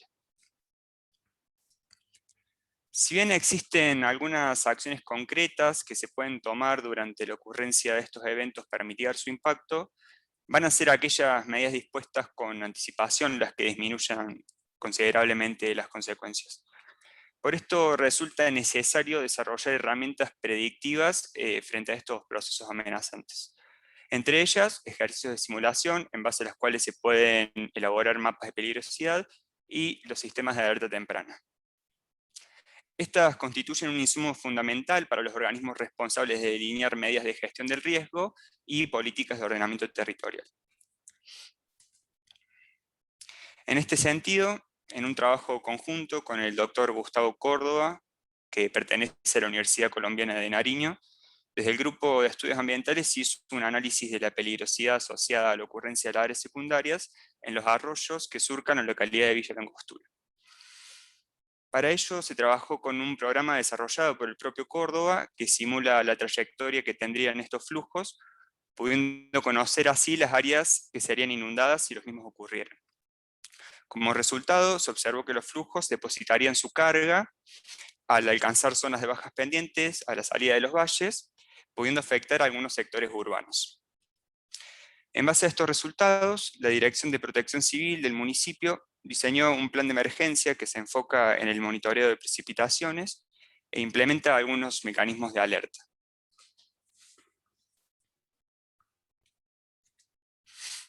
Bueno, un sistema de alerta temprana es una herramienta donde se integran estrategias de monitoreo, predicción de amenazas y comunicación de la información, que advierte a las comunidades sobre la ocurrencia de un fenómeno adverso para actuar con anticipación y reducir sus impactos. Para el desarrollo de estas herramientas es necesario determinar las condiciones normales bajo las cuales suele ocurrir un fenómeno potencialmente dañino. De esta manera, cuando los instrumentos registren estas condiciones en el medio que se monitorea, se podrá advertir sobre su peligro. Teniendo en cuenta que la lluvia es el principal disparador de estos lagares secundarios, resulta importante estudiar su relación. Así es como se definen umbrales o valores mínimos de intensidad y duración de las lluvias que, de ser superados, suponen una alta probabilidad de ocurrencia de estos flujos. Los umbrales de lluvia que soportan los sistemas de alerta temprana se dice que son empíricos y locales. Empíricos porque se definen en base a mediciones y locales porque son característicos de la región en la que se definieron. Acá, por ejemplo, se grafican varios umbrales de lluvia desarrollados por distintos autores, y las diferencias entre ellos se deben a que fueron definidos bajo escenarios distintos, y no podemos decir que uno es mejor que otro porque cada uno se ajusta a las condiciones propias de una región en particular. Lo que sí podemos decir es que en todos los casos, cuanto mayor sea la intensidad de la lluvia, menos tiempo se requerirá para desatar un fenómeno de flujo y viceversa. Para finalizar, hay dos puntos que me gustaría volver a señalar. Y en primer lugar, es que a 10 años de la erupción, todavía encontramos importantes cantidades de material volcánico inconsolidado sobre el paisaje de la región, y como resultado de ello, la escorrentía de agua continúa removilizando este material todavía hoy. Y en segundo lugar, me parece importante destacar el valor que tienen la información y el tiempo en la gestión de peligros. Este valor se justifica en la aplicación de herramientas predictivas a través de las cuales es posible anticiparse a estos fenómenos adversos y tomar medidas que disminuyen considerablemente los impactos. Eso sería todo. Muchas gracias. Muchas gracias, Nahuel. Bueno, si no hay preguntas ahora para Nahuel, les sugiero vayan pensando las preguntas porque creo que vamos a tener un ratito para contestar al final. Le voy dando la palabra a Lautaro, si es que logró conectividad suficiente como para hacer la exposición. ¿Estás por ahí, Lautaro? Sí, se portó bien internet a último momento, así que, bueno, anda por ahora. Bueno, entonces, Lautaro, que también es geólogo de la Universidad de La Plata, se incorporó este último abril a trabajar en el grupo GEA con una beca doctoral de CONICET para trabajar en el desarrollo de metodologías de evaluación de riesgo geológico local. Y es lo que nos va a contar ahora. Adelante, Lautaro. A ver. Ahí está. ¿Se ve bien la presentación? Se ve bien y se te escucha bien. Perfecto. Bueno, mi proyecto de tesis doctoral incluye el desarrollo de metodologías de evaluación de riesgo geológico ajustadas a las necesidades propias de las localidades patagónicas. A nosotros nos compete la caída de ceniza volcánica, los lahares y los tsunamis lacustres. Bueno, en esta primera parte les quería más que nada contar cuáles son los objetivos principales de esta metodología respecto a la gestión de riesgos.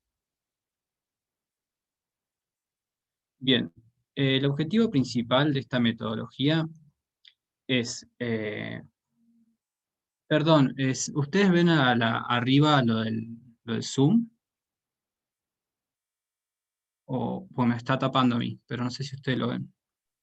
No, se ve bien, apenas una perfecto. barrita que dice zoom. Perfecto. Bueno, el objetivo principal de esta metodología es que, una vez desarrollada, pueda ser transferida a las unidades de gestión.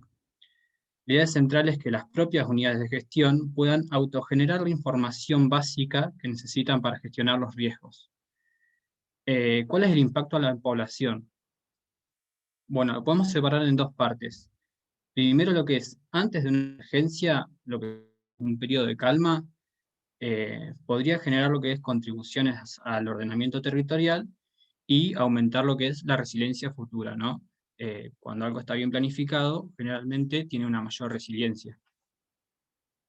Después lo que es, durante una emergencia o un evento, se busca que se minimice el tiempo de respuesta y se aumente la eficacia de la mitigación. Con eficacia me quiero referir a que aumenta el grado de éxito que tienen los esfuerzos de mitigación. Ahora, ¿cuál es el funcionamiento básico del método y cuál es la percepción que se busca por parte de las unidades de gestión? Bien, por un lado, las propias unidades de gestión deberían ingresar ciertos parámetros básicos, simples y accesibles al método, como un input. Una vez que estos parámetros sean procesados, van a generar lo que son los parámetros de output. Estos parámetros de output van a ser los parámetros de riesgo. Una vez aplicados estos parámetros de output, las unidades de gestión, como objetivos principales, deben percibir lo que es una visión integral del evento, que sería incluir la información de las múltiples dimensiones a considerar para cada amenaza. No es lo mismo la vulnerabilidad que vas a tener respecto a lo que es un LAR a lo que tenés en un tsunami. Después también lo que se busca es generar una mayor autonomía por parte de las unidades de gestión. Por ahí hay cosas relativamente sencillas que las unidades de gestión tienen que consultar, pero que podría ser información que ellas mismas puedan generar. También a su vez, el método busca solucionar algunos problemas que se han identificado en lo que son dificultades de comunicación y entendimiento entre las unidades de ciencia y gestión. ¿De qué manera sería esto? Otorgando lo que es un lenguaje en común que pueda ser usado como canal de comunicación durante una emergencia. Ahora bien, por ahí para volver un poco a lo básico, podríamos definir qué es el riesgo. Actualmente estamos tomando la teoría social del riesgo, que es la más aceptada, y podríamos decir el riesgo como un producto de las interacciones de los peligros y de las vulnerabilidades con un cierto grado estimado de exposición. Bien, a su vez vamos a tener asociado lo que es un grado de incertidumbre, que lo que se refiere es la falta de certeza que vamos a tener respecto a las predicciones que tengamos sobre estos métodos. Y bueno, ahora bien, ¿cómo disminuimos estas incertidumbres? Siempre es con teórica, que puede aportar no solo a la vulnerabilidad y peligro, sino directamente a riesgo, ya sea con información sobre cómo se manejan las amenazas, o directamente desde métodos y avances tecnológicos. Bueno, ahora en esta breve sección vamos a ver brevemente cada uno de estos términos, y vamos a ver algunos antecedentes regionales. Primero lo que es ciencia básica teórica. Básicamente, sin conocer cómo funciona un fenómeno natural en su estado más puro, no vamos a predecir su comportamiento en el tiempo y en el espacio.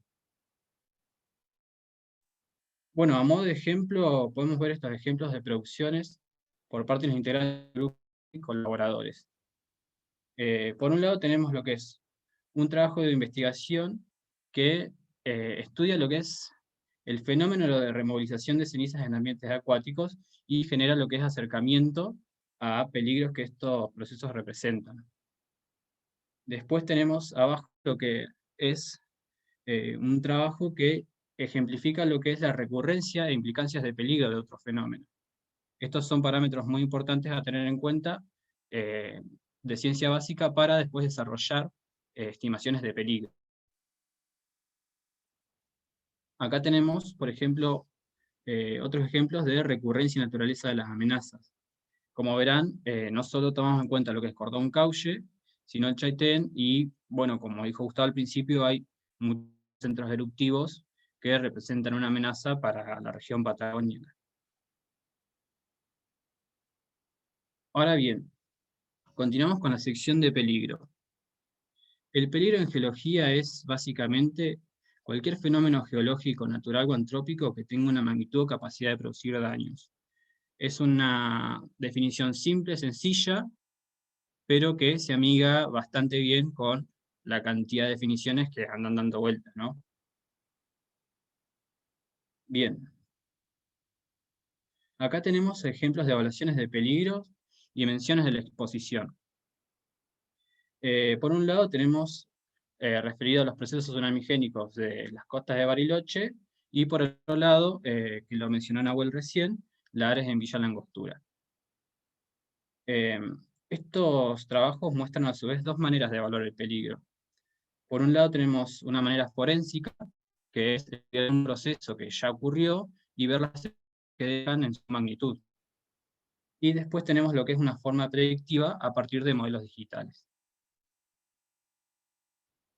Bueno, acá como de ejemplo también coloqué más trabajos más vinculados a lo que es la remoción en masa subacuática y al pronóstico de la distribución de ceniza. Sobre todo, en realidad, lo que yo quiero evidenciar con esto es la cantidad de producciones que ya cuenta el grupo de GEA con respecto a producciones de peligro. Ahora bien, la vulnerabilidad. Esta es quizás la definición que más acepciones tiene. Yo creo que por su connotación y su peso, porque está directamente relacionado con las personas. Pero básicamente podemos decir que las vulnerabilidades van desde personas, bienes, servicios, hasta sistemas sociales y económicos que puedan ser afectados por una amenaza. Como pueden ver, puede ser algo completamente físico y directo, algo... Bueno, acá tenemos algunas producciones respecto a vulnerabilidad hechas por el grupo GEA. La primera tiene un énfasis interesante en lo que son las fuentes de información que pueden explotar para producir vulnerabilidad usando indicadores censales. Este año, por ejemplo, debería, bueno, ya todos ya sabemos qué está pasando, pero debería haber habido el censo nacional. Supongo que más adelante se hará, bueno, yo lo estoy esperando con ansias porque la verdad que parece ser unas fuentes de datos bastante valorables. En la segunda, por ejemplo, tenemos lo que es directamente un registro de la dinámica de los organismos en la mitigación y sus impactos en los sectores vulnerables. Son diferentes formas de levantar información de vulnerabilidad, por ejemplo. Acá tenemos lo que son estudios de impactos con un enfoque más retrospectivo, ¿no? Que es cómo se encontraban las vulnerabilidades en ese momento y cómo evolucionaron durante la ocurrencia del evento. Es decir, un acercamiento a la resiliencia de los sectores afectados. Así que bueno, lo que sería, desde la revisión de los antecedentes, a nivel local y sin mencionar el volumen de antecedentes que hay a nivel nacional e internacional, que se va a dar como ciencia básica, estamos en condiciones para... Tenemos suficientes antecedentes en peligro como para reducir su incertidumbre, suficientes antecedentes en vulnerabilidad para reducir su incertidumbre, y suficientes antecedentes en ciencia básica teórica para reducir la incertidumbre. Esto lo que podemos hacer es generar una producción de riesgo que tenga niveles de incertidumbre aceptable. ¿Qué quiere decir esto? Que el modelo que podamos generar hoy en día, en la actualidad, o sea, más cuando podamos terminar de desarrollar esto, va a ser fiable, que eso es lo más importante, ¿no? De todas maneras, también quería recalcar que esto no se termina acá, sino que sería el final de un ciclo de riesgos que daría lugar a evidenciar las falencias que tiene el propio método para nuevamente iniciar estudios de vulnerabilidad, peligro y ciencia básica, y después de otros años, volver a generar un producto de riesgo que sea todavía más fiable. O sea que esto es un producto cíclico. Pero bueno, por ahora estamos arrancando. Yo me estoy interiorizando en lo que son las metodologías y el gran volumen de información. Pero por ahora, este es el enfoque que tenemos. Muchas gracias a todos por escuchar. Gracias, Nahuel. Bueno, interesantes las presentaciones, me gustaron mucho. Si Valeria o Pablo, no sé quién está haciendo el registro de preguntas, por ahí nos pueden ir repasando para ver si contestamos algunas, por lo menos. Algunas fueron Dale. por chat. Algunas estaban en el chat y si te parece, empiezo por las que no fueron respondidas en el chat. Liliana dice, de junio 2011 en adelante, ¿cuándo podemos decir que se calmó el caulle? ¿En qué mes damos por terminado el evento? Bueno, aquí creo que... No, yo empecé a escribir la respuesta en el Word. No sé si querés responder vos, Gustavo. Bueno, a ver, básicamente la fase explosiva terminó con un evento en febrero de 2012, por lo menos de las importantes. Después hubo unas pequeñas manifestaciones recurrentes. Pero acuérdense que hubo emisión de lavas que duraron durante bastantes meses. Y no sé exactamente cuándo, si es que se ha dado por concluido esa emisión de lavas, porque son unas lavas, esas lavas riolíticas son muy viscosas y se mueven a velocidades muy lentas, sobre todo cuando va bajando la tasa de emisión en la medida que transcurre la erupción y se van enfriando. Pero digamos, continuó por muchos meses después de que terminó la fase explosiva. Claro, en marzo del 2012 bajaron el alerta de rojo a naranja, pero como vos decís, Gustavo, continuaba la parte de emisión, todavía había emisión de ceniza fina, muy poca, pero bueno, se estaba terminando la fase explosiva, como vos bien decís. Después,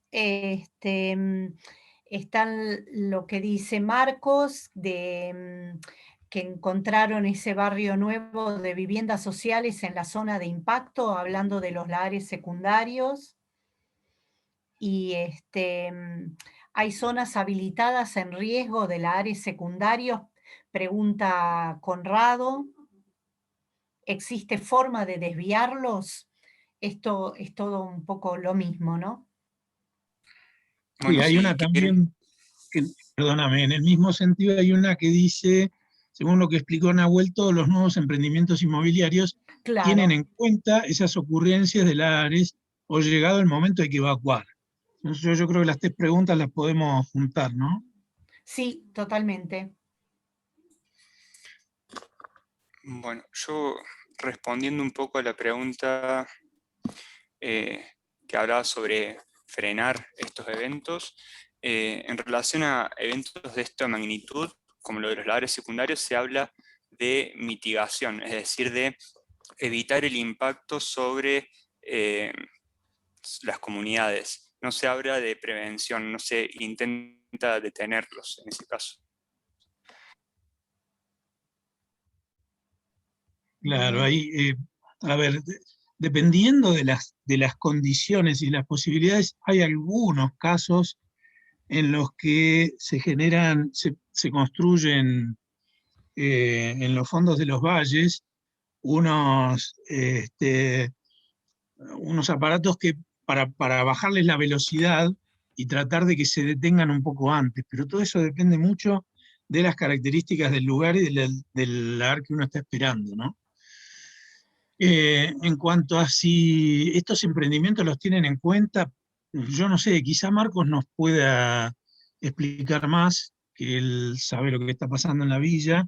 Yo creo que no habiendo normativa que obligue a los diseñadores de estos loteos a tener en cuenta este tipo de eventos, no creo que estén obligados a tenerlos en cuenta, y sencillamente me parece que les cae la responsabilidad después a la Protección Civil a ver cómo va a ajustar sus planes de gestión, considerando que se está construyendo en lugares donde no se debería. Me parece que esa sería la respuesta corta. No sé si Marcos quiere agregar algo.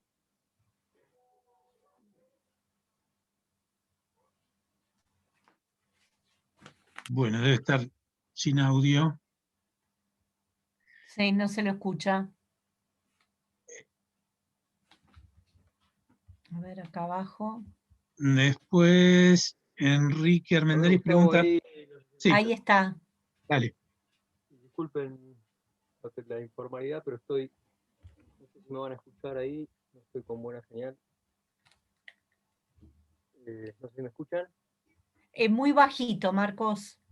A ver, espera que saco el Bluetooth. Vamos a intentar. A ver, dame un segundo. Les quiero robar tiempo. Ahí. Ahí se escucha. ¿Ahí me escuchás? ¿Sí? Sí, Sí. perfecto. Bueno, no, un poco, nada, no mucho para agregar porque me parece que da para una charla completa. Puntualmente escuché atentamente, sobre todo porque es una temática que nos ha movilizado desde el 2011 hasta ahora, el tema del área secundarios, que era una palabra nueva para nosotros. El estudio Córdoba-Villarrosa puso blanco sobre negro cuando tratamos de buscar referentes en todo el mundo y no encontrábamos quién nos pudiera explicar qué hacer en estos casos. Y lo que quiero aportar principalmente, yo soy el director por ahora de Protección Civil de Villa Langostura, porque con lo que dijo Gustavo recién me dejó una incógnita importante. Es así, la responsabilidad siempre es de aquel que queda en el incidente, en el escenario, ¿no? Y bueno, no solo se construyó un barrio, el Macrolote 1 y 2, que es un canjeo de tierras que hizo el municipio, acaban de entregar las casas hace muy poquito, en plena cuenca del Colorado. Pueden googlear el diario andino de estos últimos días, de hoy mismo, donde se habla exactamente de este tema. Se descalzaron las casas con una lluvia de menos de 38 milímetros. Imagínense, está en plena zona de impacto del estudio que Gustavo Córdoba y Gustavo Villarrosa nos indicaron a nosotros como técnicos y a la parte política, que era donde no se debía hacer esta cuestión, que era implantar viviendas, bueno, en cotas más altas, indudablemente. Recién escuchaba, creo que era Lautaro, que hablaba de la velocidad. Inviable poder tener un LAR secundario en las cotas donde están instaladas las viviendas. Y además de eso, bueno, como era poco instalar un barrio, también se hizo la ruta de circunvalación, que tiene algunas zonas donde recién escuchaba en la disertación los antecedentes que hay. Bueno, se volvió a trabajar sobre esos lugares en plena zona de impacto del área secundario. El otro día, cuando me tocó disertar de este tema, los 10 años del volcán, no en este espacio, sino en otro, lo que planteé fue esto: de algunas cosas aprendimos bastante y de otras no aprendimos nada. Así que nada, no les robo más tiempo, nada más que ese aporte, si les sirve de algo para los que están investigando el tema, muy interesante. Ubicación del macrolote 1 y 2, mega canje de tierra, falta el macrolote 3, 4, 5 y 6, y el 7 está prácticamente en cota 1200, no sé cómo se podrá construir ahí, cómo se podrá detener un LAR ahí, pero bueno, hay gente que está viviendo en ese lugar. Muchas gracias por el tiempo y bueno, gracias por seguir con las charlas que nos enriquecen a todos. Gracias, Marcos, por tu valiosa participación. Veo otra pregunta por acá que dice: según el grado de vulnerabilidad, ¿cómo podemos evaluar el nivel de incertidumbre que permite evaluar mejores medidas de mitigación? Yo no sé, Lautaro, si vos tenés ganas de contestar. Sí.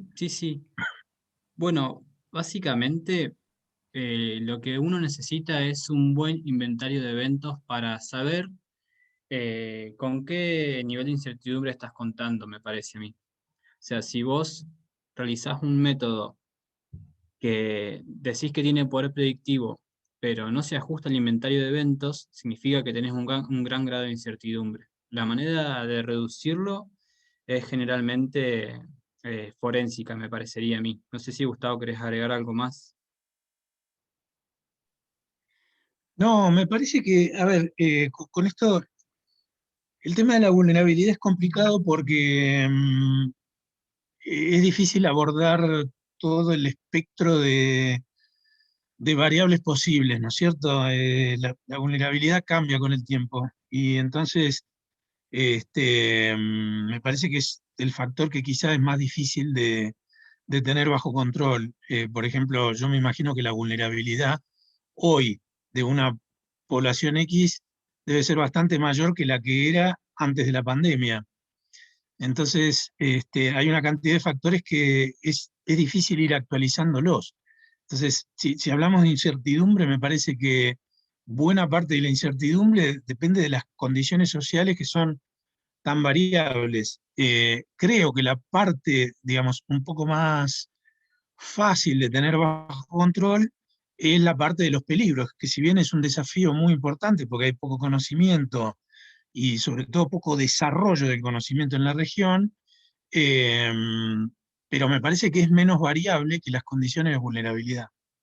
No sé si eso responde de alguna manera a lo que estabas preguntando.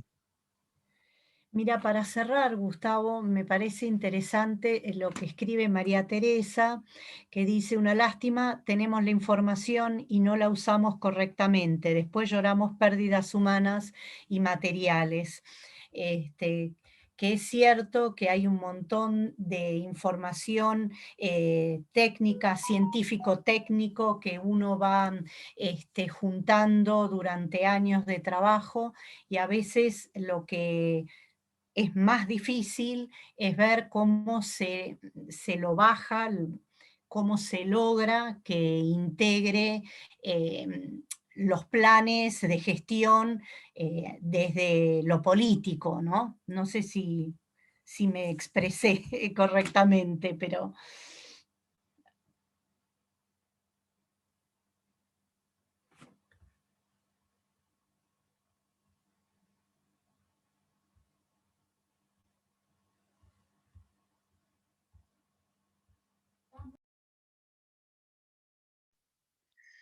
A ver si hay... Bueno, creo que no hay mayores consultas. Si quieren, podemos ir cerrando la reunión de hoy. No sé si alguno quiere agregar algo, alguna cosa que haya quedado en el tintero, algún comentario, observación.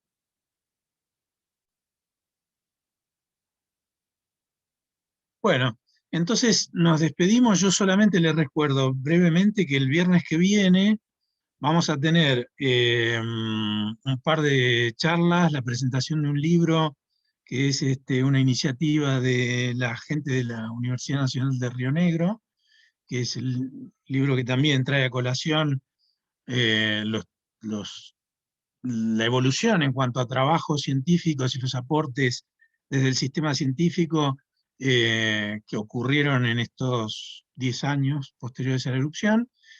También nos va a dar alguna charla, y vamos a tener un panel bastante interesante con invitados que me parece que va a ser bastante interesante escuchar para discutir un poco, a partir de la experiencia, toda gente que ha estado durante la erupción y que ha tenido roles bastante importantes, eh, y tratando de discutir, de descifrar un poco qué aprendimos y cómo estamos parados de acá para adelante. Así que los invito a participar.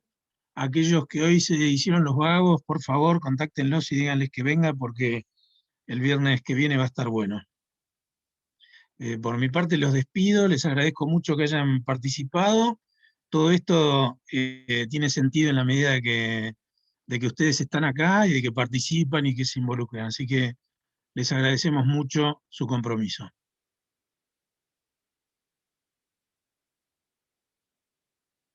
Buenas noches.